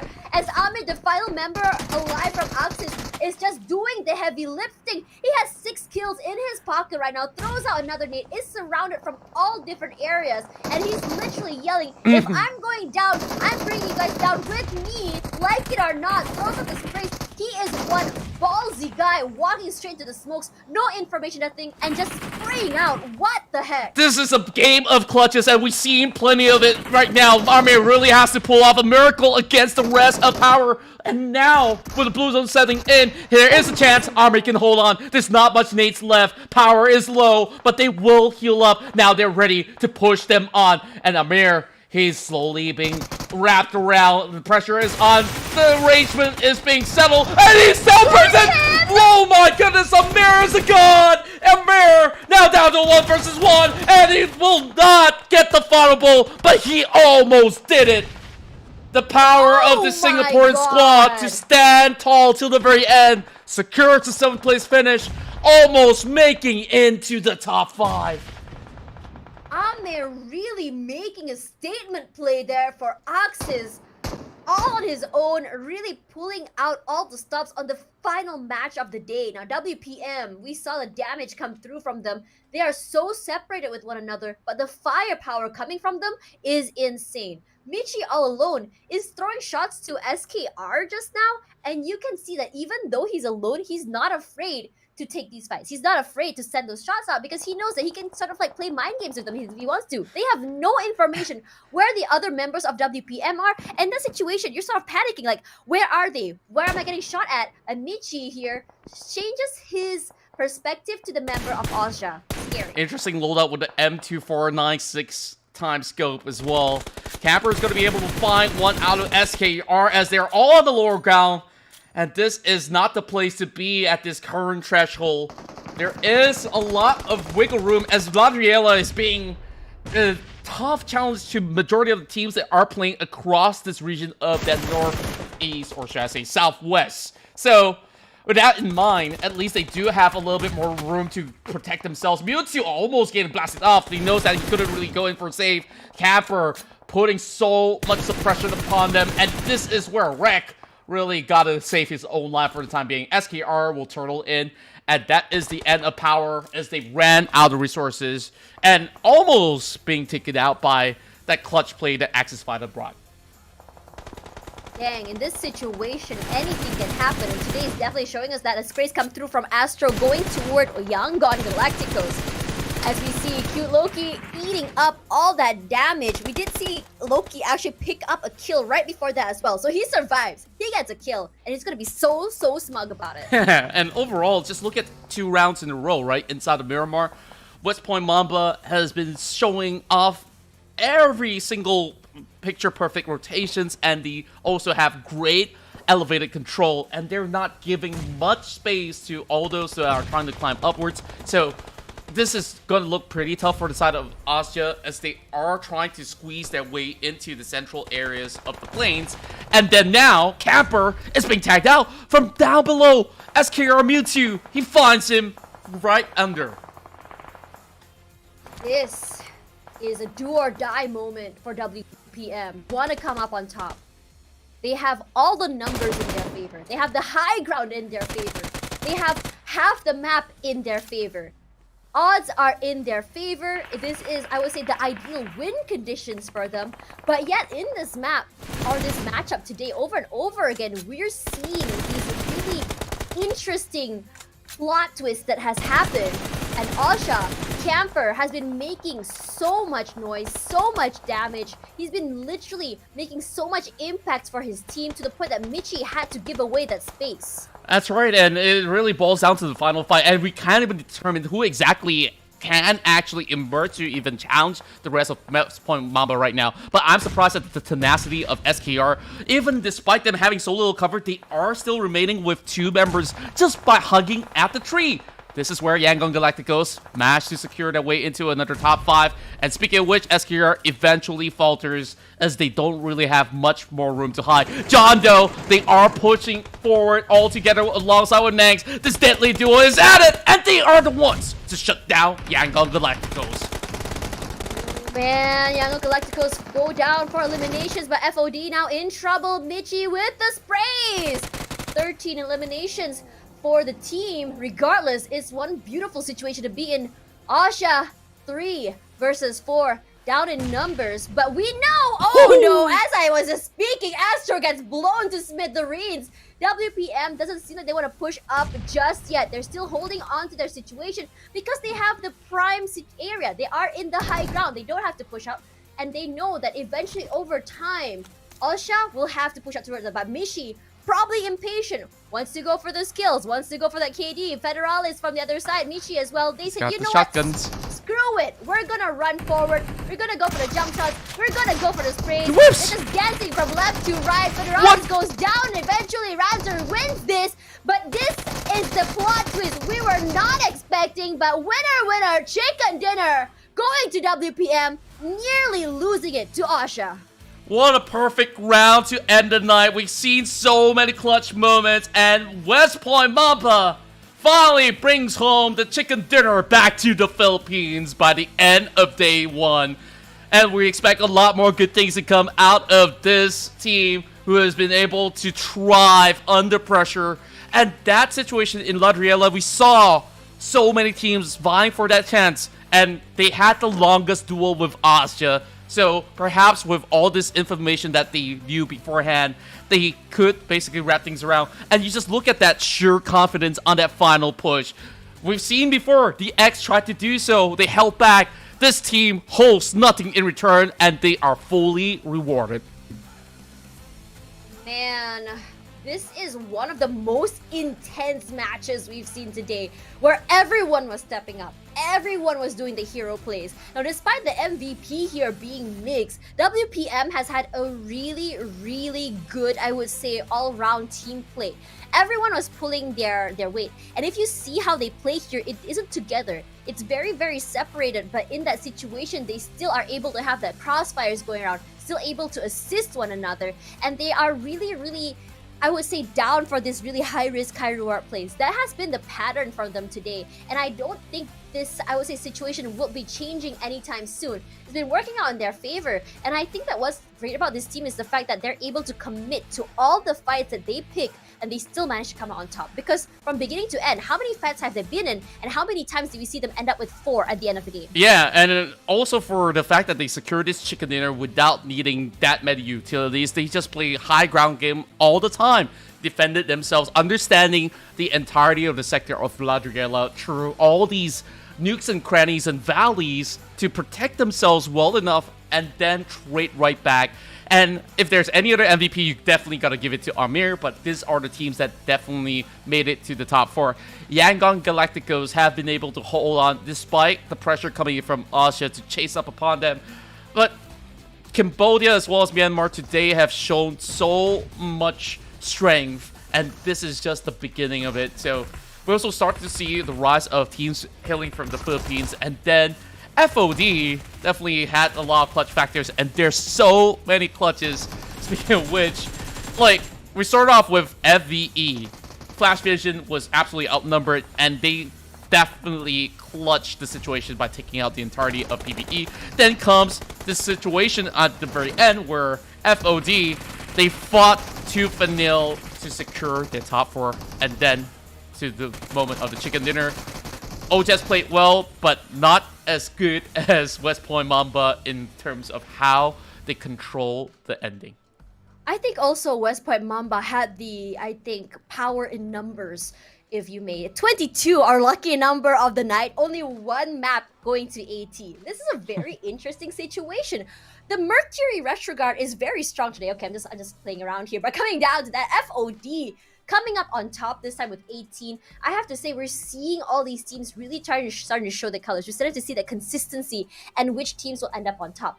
But also, we are seeing teams like KE, which I think 2 games in a row was like top 5, and now suddenly they're back to 0 points. And they are taken down by a team that we did not expect to really just come up on top on day 1, and it's because of one particular player. It's just Amir from Axis, and I really want to see more of him eventually as we go to tomorrow. Regardless, number 1 right now with 45 points and 1 chicken dinner, only 2 points ahead of Yango Galacticos is just WPM. Now, if you see GE as well, only 1 point behind, you can see how competitive it is. Number 1, number 2, number 3 right now. Even number 4, actually, think about it, and number 5, 39, 38. Osha as well as FOD. Now, this is where the disparity happens. APG and KE with 27, each 26, 18 and 17 to Enigma, FVE, and TX. Yeah, slow and steady wins the race, and West Point Mamba has proved a point in today's run, not being all too flashy, but has the great execution to secure. Not flashy? Are you kidding me? They were flashy. I don't think it's like the flashiest, because Amir definitely outshined everybody on the flashy plays, right? And when we turn over to the second page, this is where we see a little bit of a tight race with, from 11 pointers down to 16. There are still many opportunities for teams to catch up, whereas for Burmese Goals, I don't think they're having a particular good round throughout the course of all 4 matches that they have played out, where they only secured 3 total eliminations, and in terms of ranking points, they've always faltered very early on. So they definitely have to look back on what exactly to do to catch up to speed against the rest. Now, let's go into the summary. We got a lot of cool graphics in store for you. Look at how consistent YG has been.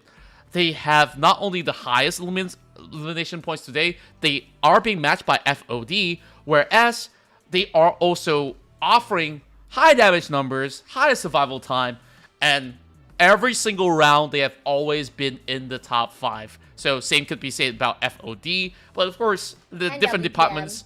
Yeah, and it's really surprising to me like how well these teams have been able to get adapted to the pace in day 1 itself.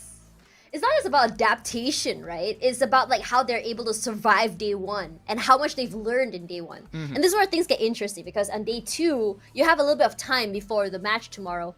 What are these teams going to be talking about?